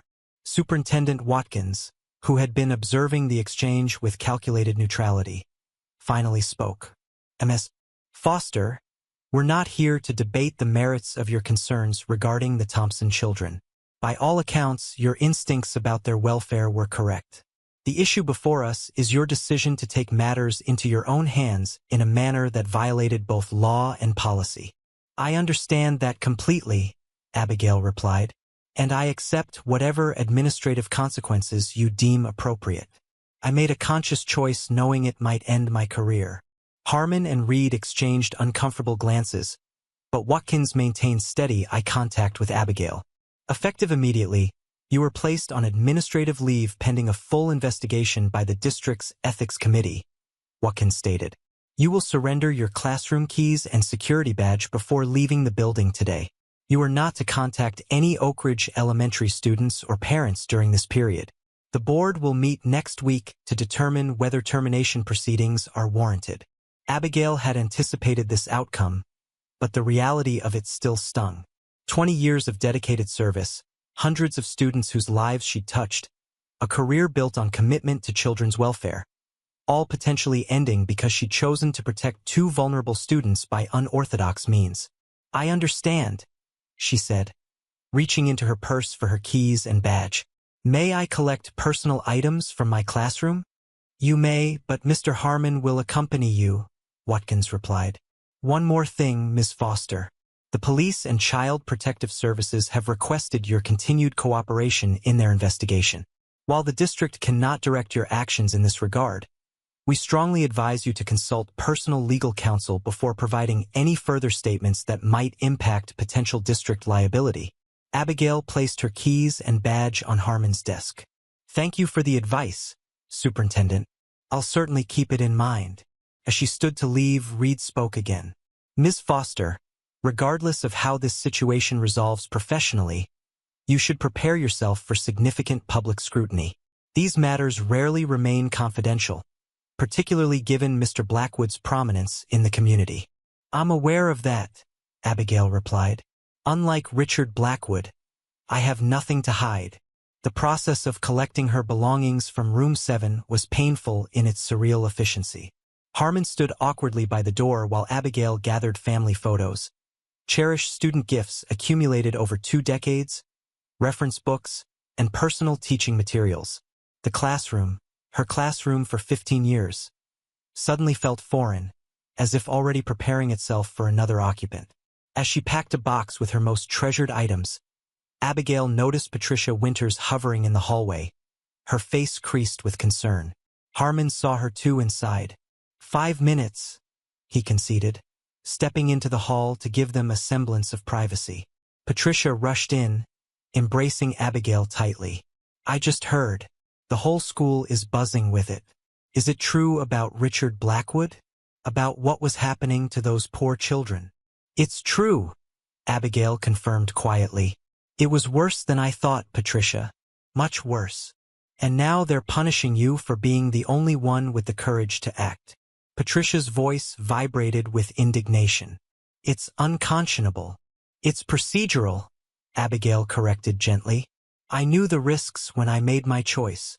Patricia helped her pack the remaining items, their long friendship allowing comfortable silence where words were inadequate. As Abigail prepared to leave, Patricia pressed something into her hand. A small ceramic apple, painted with the words, A teacher touches eternity. The ethics committee meets Tuesday, Patricia said firmly. I've already requested to speak on your behalf, so have Cynthia Reynolds and 4 other staff members. Whatever happens, Abby, you're not facing this alone. Tears threatened for the first time that morning. Thank you, Abigail whispered, embracing her friend once more before Harmon reappeared at the doorway, tapping his watch. The walk through the school to the parking lot felt eternal. Students were beginning to arrive, their curious gazes following the unusual procession. Miss Foster carrying boxes, escorted by the principal. A few called out greetings, which Abigail returned with forced cheerfulness, determined not to let them see her distress. At her car, Harmon helped load the boxes into her trunk, then stood awkwardly, struggling to reconcile his administrative duties with what appeared to be genuine personal regret. For what it's worth, Abigail, I wish things hadn't come to this, he offered finally. So do I, Harold, she replied, closing her trunk. But not for the same reasons. As she drove away from Oak Ridge Elementary, possibly for the last time as an employee, Abigail felt a complex mixture of emotions. Grief for the career she might be losing, anxiety about the uncertain path ahead, but beneath it all, a bedrock certainty that she had made the right choice. The system had failed Zoe and Olivia Thompson. She had not. Whatever personal cost she might bear paled in comparison to what those children had endured, and what they might have continued to endure if she had prioritized professional security over their welfare. There would be time for regret later, perhaps, but not for this essential decision. Her phone rang as she pulled into her driveway. Detective Morgan requesting a follow-up interview at the station regarding new developments in the case. Abigail agreed to come immediately, her personal circumstances suddenly secondary to the ongoing investigation. The twins' safety and recovery remained the priority, with her career concerns a distant second. The interview room at the police station felt more familiar today, though no less intimidating. Detective Morgan entered with a file folder and a cup of coffee, which she pushed across the table to Abigail. You look like you could use this, she observed, sitting down. Rough morning. Administrative leave, pending likely termination, Abigail confirmed, gratefully accepting the coffee. Expected, but still difficult. Morgan nodded sympathetically. Unfortunately, that's often the price for doing the right thing outside approved channels. For what it's worth, the district attorney is aware of the circumstances and has indicated no interest in pursuing charges against you related to the recording device. That's something at least, Abigail said. You mentioned new developments? Several, Morgan confirmed, opening her file. First, preliminary analysis of the surveillance system in the Blackwood residence has yielded disturbing findings. The cameras were operating 24/7, including in the children's bathroom and bedroom. We've documented multiple instances of what our child psychologist consultant identifies as systematic psychological abuse. Nighttime intimidation similar to what your recording captured, but also more elaborate psychological manipulation. Such as, Abigail's stomach clenched in anticipation of the answer. Morgan hesitated, seemingly weighing how much detail to share. Mr. Blackwood appears to have been deliberately fostering the twins' fears as a control mechanism. We found footage of him entering their room while they slept and moving their belongings to make them believe they were losing their memory or perception. He would hide a favorite toy, then convince them they had broken it and forgotten due to being bad, then miraculously fix it if they followed particular rules. Gaslighting children, Abigail murmured, horrified, making them doubt their own reality. Exactly. He also staged elaborate tests of their loyalty, setting up situations where they could either report problematic behavior to their mother or keep his secrets. When they showed any sign of potential disclosure, he would implement what he called consequence lessons, psychological punishments designed to reinforce their silence. Each revelation deepened Abigail's anguish for what the twins had endured. And Claire? Was she aware of any of this? That's less clear, Morgan admitted. Ms. Thompson has been interviewed following her medical evaluation. She admits to increasing use of prescribed sleep medication, often at Mr. Blackwood's suggestion or direct administration. She describes a gradual erosion of her autonomy over the past year. First financial control, then social isolation, then increasing control over parenting decisions. Classic coercive control, Abigail observed. Was she aware of how he was treating the girls? She claims she wasn't aware of the extent, though she had growing concerns about his strictness. According to her statement, whenever she questioned his parenting methods, he would undermine her confidence, suggest she was being overly emotional due to medication side effects, or threaten to seek custody modifications based on her instability. She also reports that he systematically isolated her from family and friends who might have noticed the changes in the children, including limiting their contact with their biological father. Abigail thought back to Claire's behavior during their limited interactions.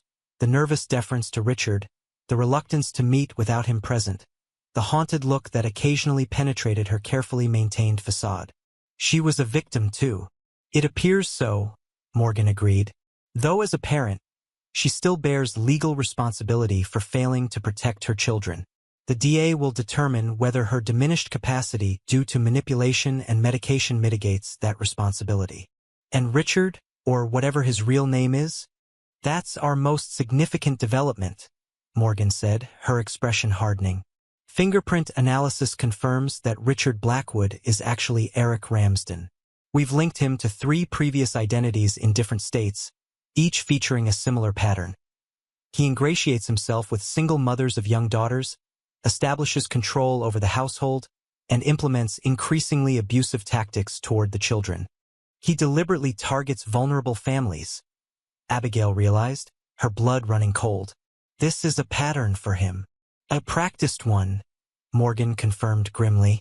We've connected with authorities in Washington, Illinois, and Pennsylvania tracking similar cases. In each instance, concerns were raised by teachers, neighbors, or family members, but Ramsden managed to relocate before investigations could be completed. He appears to be extremely skilled at identifying when scrutiny is increasing and moving on before facing consequences. Not this time, Abigail stated firmly. No, not this time, Morgan agreed. The evidence we've gathered, including your recording, the surveillance footage from the home, and statements from the children, is substantial. The DA is pursuing charges of child endangerment, psychological abuse, illegal surveillance of minors, identity fraud, and potentially drugging Ms. Thompson without her knowledge. Given the pattern across multiple states, federal authorities are now involved as well. Relief washed through Abigail, tempered by the knowledge that legal consequences for Richard/Eric couldn't erase the trauma the twins had already experienced. What about Zoe and Olivia? How are they doing? Morgan's expression softened slightly. They're with their father, as I mentioned.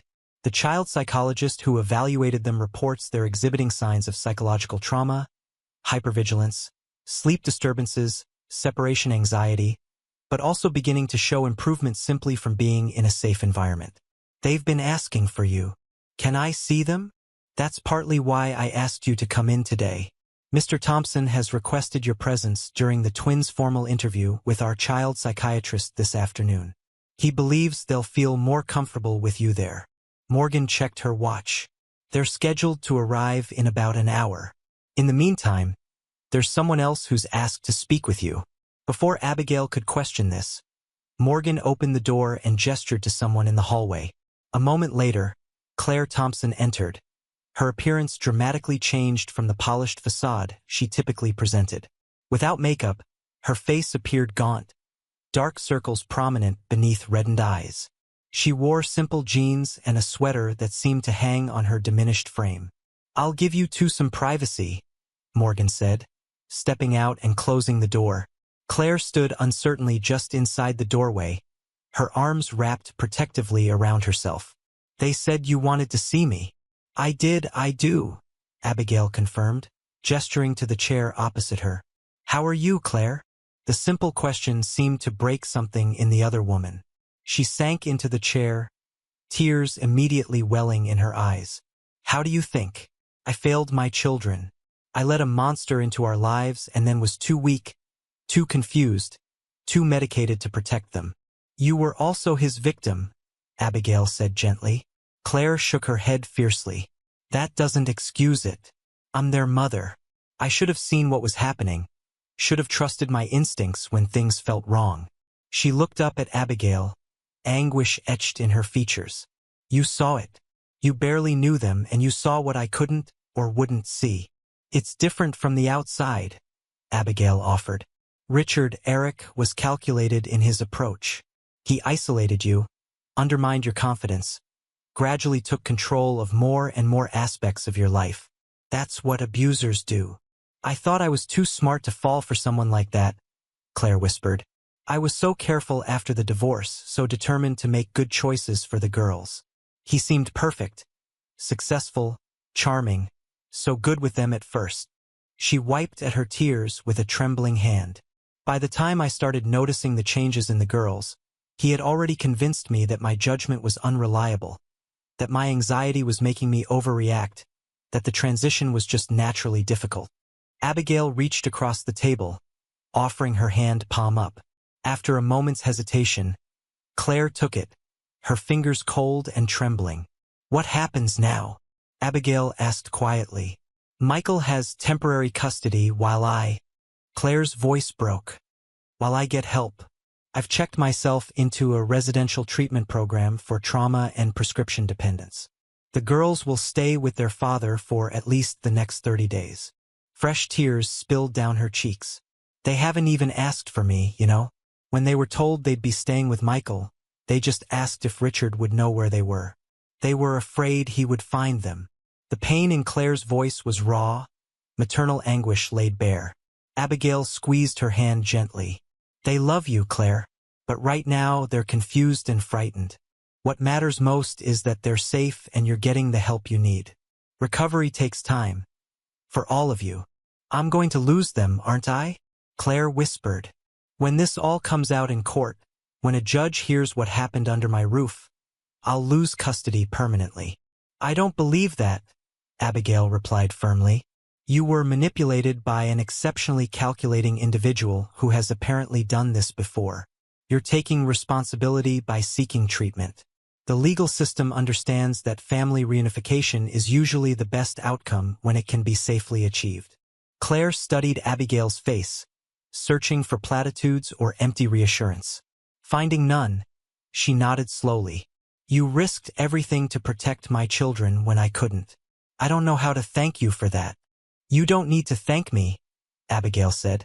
Just focus on your recovery and being the mother Zoe and Olivia need moving forward. They're going to need all the love and support they can get to heal from this. A knock at the door signaled the end of their private conversation. Detective Morgan reappeared, accompanied by a woman who introduced herself as Dr. Elaine Winters, the forensic child psychologist assigned to interview the twins.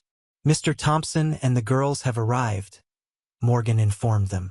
Ms. Thompson, if you'll come with me, we have some additional questions about the timeline of events during your relationship with Mr. Blackwood.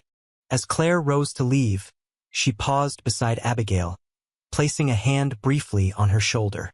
When you see them, tell them Mommy loves them, please, and that I'm getting better so I can take care of them properly. I will, Abigail promised, watching as Claire departed with Detective Morgan.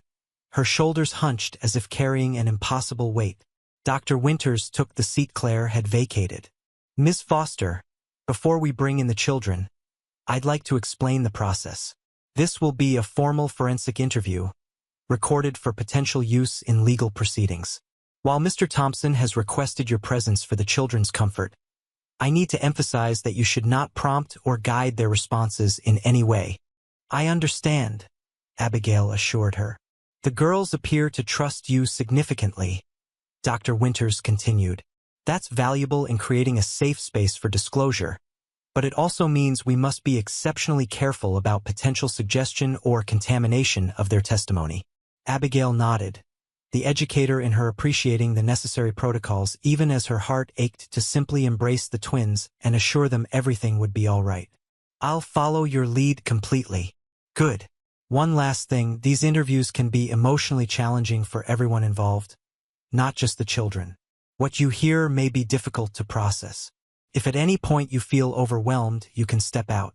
The children's welfare is our priority, but your well-being matters too. With these parameters established, Dr. Winters left briefly to collect the twins. Abigail took several deep breaths, centering herself for what would undoubtedly be an emotionally demanding experience. She had initiated this process with the recording device. Now she needed to support the twins through the next critical phase of intervention, regardless of her own feelings.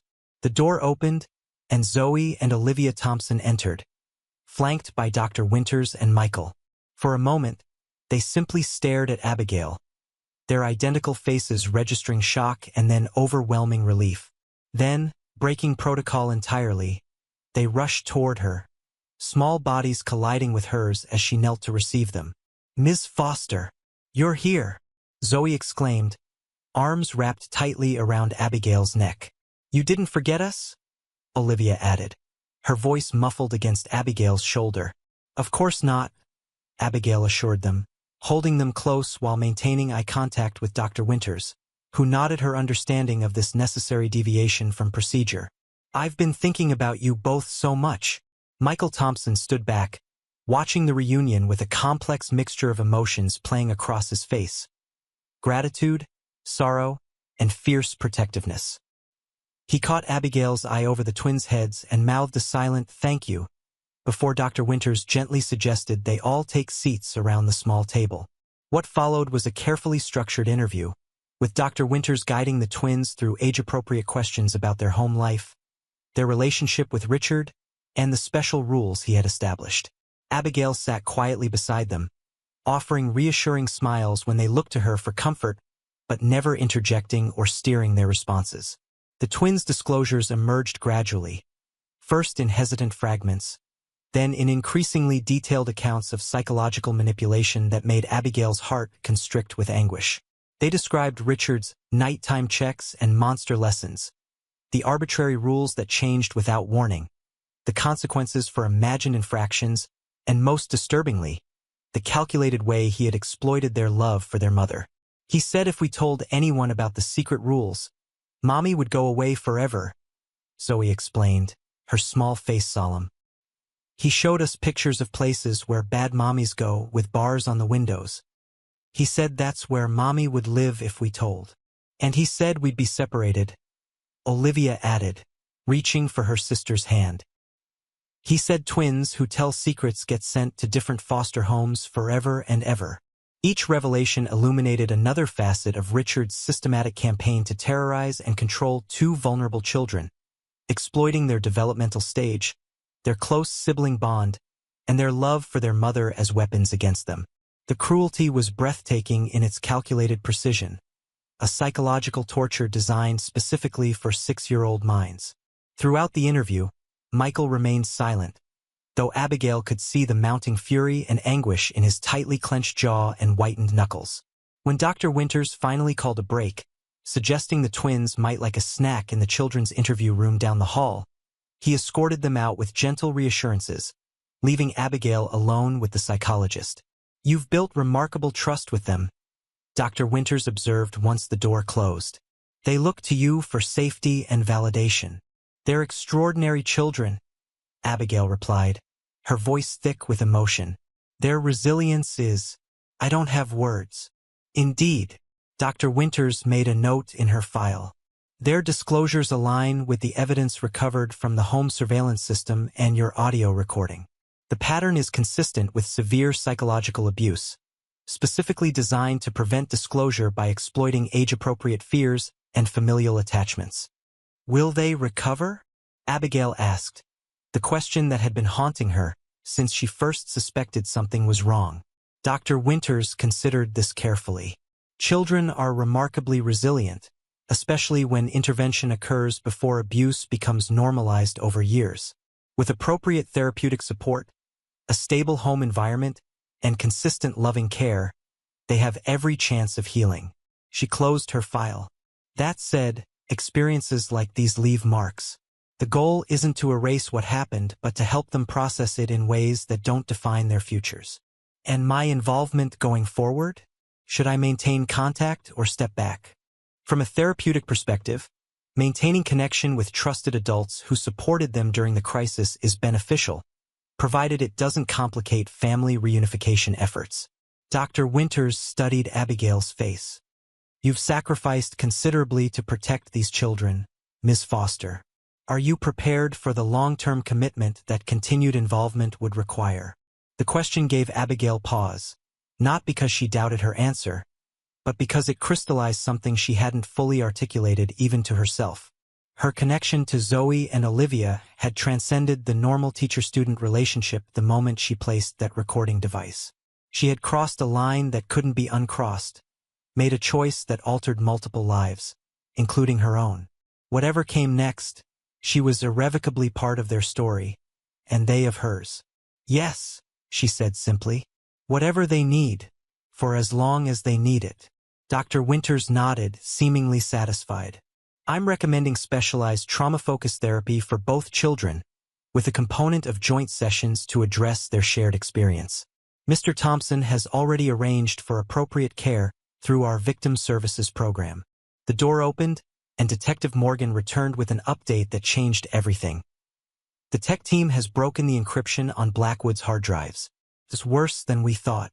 We found evidence linking him to similar situations in 3 other states over the past decade.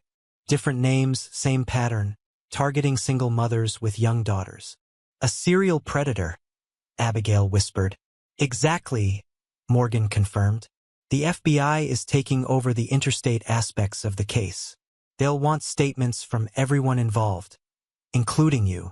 When the twins returned with Michael, their faces brightened at the sight of Abigail. The remainder of the interview proceeded with Dr. Winters guiding them through a careful discussion of what would happen next. Their continued stay with their father, the therapy sessions that would help them process their experiences, and the understanding that Richard would not be able to reach them anymore. But what about Mommy? Olivia asked, her voice small with worry. Richard said if we told secrets, she'd go away forever. Michael knelt beside his daughters. Your mom is getting special help right now to feel better. Richard told you many things that weren't true. Your mom loves you very much, and she'll see you again when her doctors say she's feeling stronger. Richard can't hurt any of you anymore, Abigail added gently. That's a promise. As the interview concluded, Abigail prepared to say goodbye, but the twins clung to her desperately. When will we see you again? Zoe asked, tears welling in her eyes. Will you come to Daddy's house? Olivia added. Abigail looked to Michael, who nodded his permission. Of course I'll visit you, and when you're ready we can talk about when you might come back to school. Not yet, Zoe whispered, fear flashing across her face. Richard knows where the school is. Richard is going to be in jail for a very long time, Michael assured them. But you don't have to go back to school until you feel safe. Miss Foster can visit us at home next weekend, if she'd like. I'd like that very much, Abigail confirmed, embracing each twin one more time. As she watched them leave with their father, Detective Morgan approached with an expression of grudging admiration. You knew what you were risking professionally when you placed that recording device. I did, Abigail acknowledged. For what it's worth, I've spoken with the DA about your role in this case. He's inclined to view your actions as necessary intervention in an emergency situation involving vulnerable minors. He'll make that position clear to the school board if needed. Abigail smiled wryly. I appreciate that, but I'm not sure it will make much difference to my employment status. Morgan shrugged. Maybe not, but in my experience, doing the right thing eventually finds its way back to you, even if the path isn't what you expected.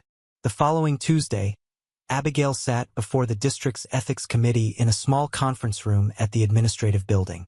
She had declined legal representation, choosing instead to present her own explanation of the events leading to her placement of the recording device. For nearly an hour, she detailed her observations of the twins, her attempts to address concerns through official channels, and the culminating decision to take direct action. She neither apologized for her choice nor attempted to minimize its unorthodox nature. I violated district policy and certain privacy statutes, she concluded. I accept full responsibility for that decision and whatever professional consequences the committee deems appropriate. What I cannot and will not accept is the suggestion that I should have continued to work within a system that was failing to protect 2 children from calculated psychological terrorism. The committee members exchanged uncomfortable glances. The chairperson, Dr. Eleanor Jenkins, removed her glasses and regarded Abigail steadily. Ms. Foster, this committee must consider not only your specific actions but the precedent they might establish. If every teacher took matters into their own hands when they felt institutional responses were inadequate, then perhaps our institutions would be motivated to respond more effectively, Abigail suggested quietly. Look, I'm not advocating for vigilante approaches to child welfare concerns. I'm simply stating that when every appropriate avenue had been exhausted, when 2 children continued to show clear signs of distress, and when their alleged abuser used his social standing to deflect scrutiny, I made a choice I can live with. After Abigail was dismissed, Patricia Winters and 5 other colleagues testified to her professional integrity, dedication to students, and the careful documentation she had maintained before taking extraordinary measures. Even Principal Harmon, to Abigail's surprise, offered a measured endorsement of her overall judgment, if not her specific actions in this case. 3 days later, the committee's decision arrived by certified mail. Formal reprimand and suspension without pay for 6 weeks, followed by a probationary return to teaching, not at Oak Ridge Elementary, but at Westview Primary across town.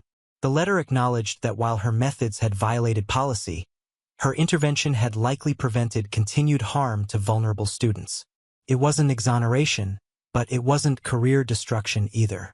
It was a compromise that recognized both the breach of protocol and the moral imperative that had driven it. Abigail read the letter twice, then set it aside with a sense of cautious relief. 6 weeks of suspension she could weather financially. A transfer to a new school would bring its own challenges but also a fresh start. Most importantly, she would remain in education, the profession she had dedicated her life to and still believed in deeply. Her phone chimed with a text from Michael Thompson. Girls asking when you're coming to visit. Tomorrow afternoon still work? As she typed her reply, absolutely. Looking forward to it. Abigail felt the weight of the past weeks begin to lift slightly. The twins were safe. Richard Blackwood, or Eric Ramsden, or whatever his real name was, faced serious federal charges that would likely keep him imprisoned for years. Claire was getting the help she needed to recover from his manipulation and eventually rebuild her relationship with her daughters. And Abigail herself? She had weathered the professional storm, maintained her moral compass, and emerged with her ability to continue protecting and educating children intact. There would be more challenges ahead, helping the twins through their long recovery, adjusting to a new school, rebuilding her professional reputation, but the immediate crisis had passed. Some decisions, once made, alter the trajectory of multiple lives forever. Her choice to place that recording device had been such a decision, risky, unorthodox, ethically complex, but ultimately necessary. Whatever came next, Abigail Foster would never regret hearing what others had refused to hear. The silent suffering of 2 children trapped in a landscape of fear, finally given voice and, at last, freedom. 6 months had passed since the night Abigail Foster called 911, setting in motion events that had irrevocably changed multiple lives. Winter had yielded to spring, and now summer warmth bathed the small playground where she sat watching Zoe and Olivia Thompson climb on the monkey bars, their matching blonde pigtails catching the sunlight as they moved with the carefree energy that had once seemed lost forever. "Higher, Miss Foster.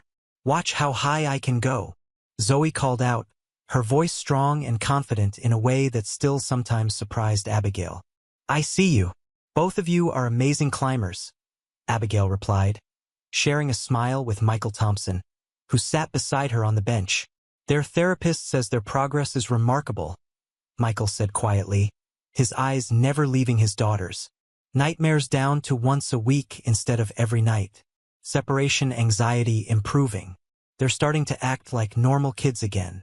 Abigail nodded, remembering the fragile, frightened children she had first become concerned about in her classroom. "They're resilient, and they've had exactly what they needed: safety, stability, and consistent support." The trial of Eric Ramsden, formerly known as Richard Blackwood, had concluded the previous month with a conviction on multiple federal charges relating to identity fraud, crossing state lines to evade prosecution, and a pattern of psychological abuse targeting children. The evidence from Oak Ridge, combined with testimony from previous victims in 3 other states, had resulted in a 20-year prison sentence with no possibility of parole for 15 years. Claire Thompson had completed her residential treatment program and now lived in a small apartment near Michael's home, seeing the twins for supervised visits that grew longer and more frequent as her recovery progressed and their comfort with her increased. The divorce from Ramsden had been finalized, and she had reclaimed her former surname, symbolic of her determination to rebuild her identity separate from the man who had so thoroughly manipulated her. As for Abigail, her 6-week suspension had ended, and she now taught 1st grade at Westview Primary. The transfer had initially felt like punishment, but she had come to recognize it as an opportunity. A fresh start in a school where Principal Diana Chun had specifically requested her, valuing both her teaching experience and her demonstrated commitment to children's welfare above all else. "Did you tell them about tomorrow?" Michael asked, interrupting her thoughts. "Not yet. I thought you might want to." Michael nodded, then called out to the twins. "Girls, come here a minute. We have some news." Zoe and Olivia abandoned the monkey bars and ran over, their faces flushed with healthy exertion. At 6.5 years old, they still moved with synchronized grace, but their personalities had begun to differentiate more clearly during their recovery. Zoe more outspoken and adventurous, Olivia more reflective and artistic. "What is it, Daddy?" Zoe asked, bouncing slightly with characteristic energy. "Remember how we talked about you going back to school in the fall?" Michael began carefully. "Well, I just found out that Ms. Foster is going to be your 1st grade teacher at Westview." The twins' eyes widened, darting between their father and Abigail. "Really?" Olivia asked, her voice tinged with cautious hope. "You'll be our teacher again?" "Really?" Abigail confirmed. "Principal Chun arranged it specially, since I'll be moving up to 1st grade next year. But only if you both feel ready to come back to school. No pressure if you want to wait longer." The response was immediate and emphatic. Both girls launched themselves at Abigail, nearly knocking her off the bench with the force of their embrace. "We want to go to school if you're there," Zoe declared. "Richard can't find us at a new school, right?" Olivia asked, the lingering fear evident despite her progress. Michael placed a gentle hand on his daughter's shoulder. "Remember what we discussed with Dr. Larson? Richard or Eric is in prison far away. He can't hurt you or anyone else anymore." Olivia nodded, but Abigail recognized the reassurance would need repetition many more times before the fear truly subsided. Trauma didn't disappear in neat, linear fashion. It receded in irregular waves, sometimes returning when least expected. "And Mom says she'll take us to school sometimes too, when it's her days," Zoe added, her expression brightening. "She's getting better at being a mom again." "She's working very hard at that," Michael confirmed, his own complex feelings about his ex-wife's situation evident in his measured tone. He had demonstrated remarkable compassion throughout the process, supporting Claire's recovery while prioritizing his daughter's well-being. The conversation shifted to lighter topics: plans for summer activities, an upcoming visit to their maternal grandparents who had re-established contact after Claire's treatment, the new art therapy program both girls had started. As Abigail watched them chattering animatedly, she marveled at their capacity to heal, to trust again despite profound betrayal. Later, as they walked back to Michael's house for the lunch Abigail had been invited to share, Olivia slipped her small hand into Abigail's. "Miss Foster?" she asked quietly, hanging back slightly from where Zoe walked ahead with Michael. "Are you glad you helped us, even though you got in trouble?" The question, profound in its simplicity, caught Abigail off guard. She knelt down to meet Olivia's earnest gaze. "Yes," she answered without hesitation. "I would make the same choice again, 1,000 times over." Olivia seemed to consider this, her expression thoughtful beyond her years. "In art therapy, we drew pictures of heroes. I drew you." Something tightened in Abigail's chest, a bittersweet ache of remembering the cost of her intervention alongside the immeasurable value of its outcome. "That's a very special honor, Olivia." "Thank you." The little girl nodded solemnly, then brightened. "Dr. Larson says sometimes bad things happen, but what matters most is that people hear you when you need help. You heard us even when we couldn't talk." The profound truth of this observation left Abigail momentarily speechless. She had indeed heard what wasn't being spoken, had recognized the silent screams behind frightened eyes, small winces, and careful movements. In a world that often moved too quickly to notice such subtleties, she had slowed down enough to truly see two children drowning in silent terror. "I will always hear you," she promised, squeezing Olivia's hand gently as they continued walking. "Both of you, always." The following September, Abigail stood at the door of her first-grade classroom at Westview Primary, greeting her new students on the first day of school. The room was bright with fresh bulletin boards, engaging learning centers, and the nervous energy of 22, 6, and 7-year-olds beginning a new academic year. When Zoe and Olivia Thompson arrived, walking confidently between Michael and Claire, who had progressed to fully unsupervised visitation and co-parenting, Abigail felt a profound sense of completion. The circle that had begun with her noticing their distress nearly a year ago now continued with the opportunity to support their ongoing recovery and educational development. "Welcome to first grade," she said, crouching to embrace them both. "We brought you something," Zoe announced, holding out a small gift bag. Inside was a handmade card featuring two stick figures with blonde pigtails holding hands with a taller figure labeled Ms. Foster. Beneath the drawing, carefully printed in alternating purple and blue crayon, were the words, "Thank you for hearing us." Later that morning, as her students settled into their first writing activity of the year, Abigail placed the card on her desk where she could see it daily, a reminder of the profound responsibility and privilege of working with children. In the educational bureaucracy's focus on standards, assessments, and protocols, it sometimes became easy to forget the most fundamental aspect of teaching, truly seeing and hearing the children in your care.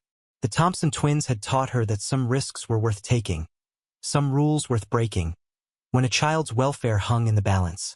That lesson had cost her professionally in some ways, but the price paled in comparison to the knowledge that two young lives had been redirected from a path of continued trauma toward one of healing and possibility.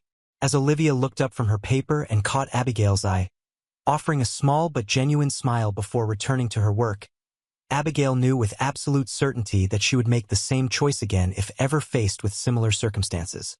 In the complex ethical landscape that teachers navigated daily, some truths remained simple and non-negotiable. Children deserve protection, their voices, spoken or unspoken, deserve to be heard, and sometimes being the adult they needed meant venturing beyond comfortable professional boundaries into the messy, complicated terrain of moral imperative. The recording device that had captured the twins' suffering and ultimately freed them from it had been controversial, unorthodox, and technically against policy. But it had given voice to what might otherwise have remained silent terror, and in doing so, had allowed truth to emerge from shadows where it had been deliberately hidden. In the end, Abigail reflected as she moved among her students offering guidance and encouragement. That was perhaps the most essential lesson of all. Sometimes hearing what wasn't being said was the most important skill a teacher, or any adult responsible for children's welfare, could possess. And sometimes, the courage to act on what you heard, even at personal cost, made all the difference between a childhood lost to fear and one reclaimed for joy, growth, and possibility. For Zoe and Olivia Thompson, that difference was evident in every smile, every raised hand, every small act of ordinary childhood that had once seemed lost to them. And for Abigail Foster, it was confirmed in the knowledge that her most significant teaching might not have occurred during planned lessons or carefully designed curriculum, but in the moment she decided to hear what others had missed and to act on what she heard, regardless of the consequences. Some lessons couldn't be found in teaching manuals or school policies. Some had to be lived, with all their complexity, uncertainty, and profound meaning. In the small miracle of two formerly frightened children now learning with confidence in her classroom, Abigail found the validation she needed for the choice she had made that fateful night when she called 911. She had heard their silent screams, and in hearing, she had changed everything.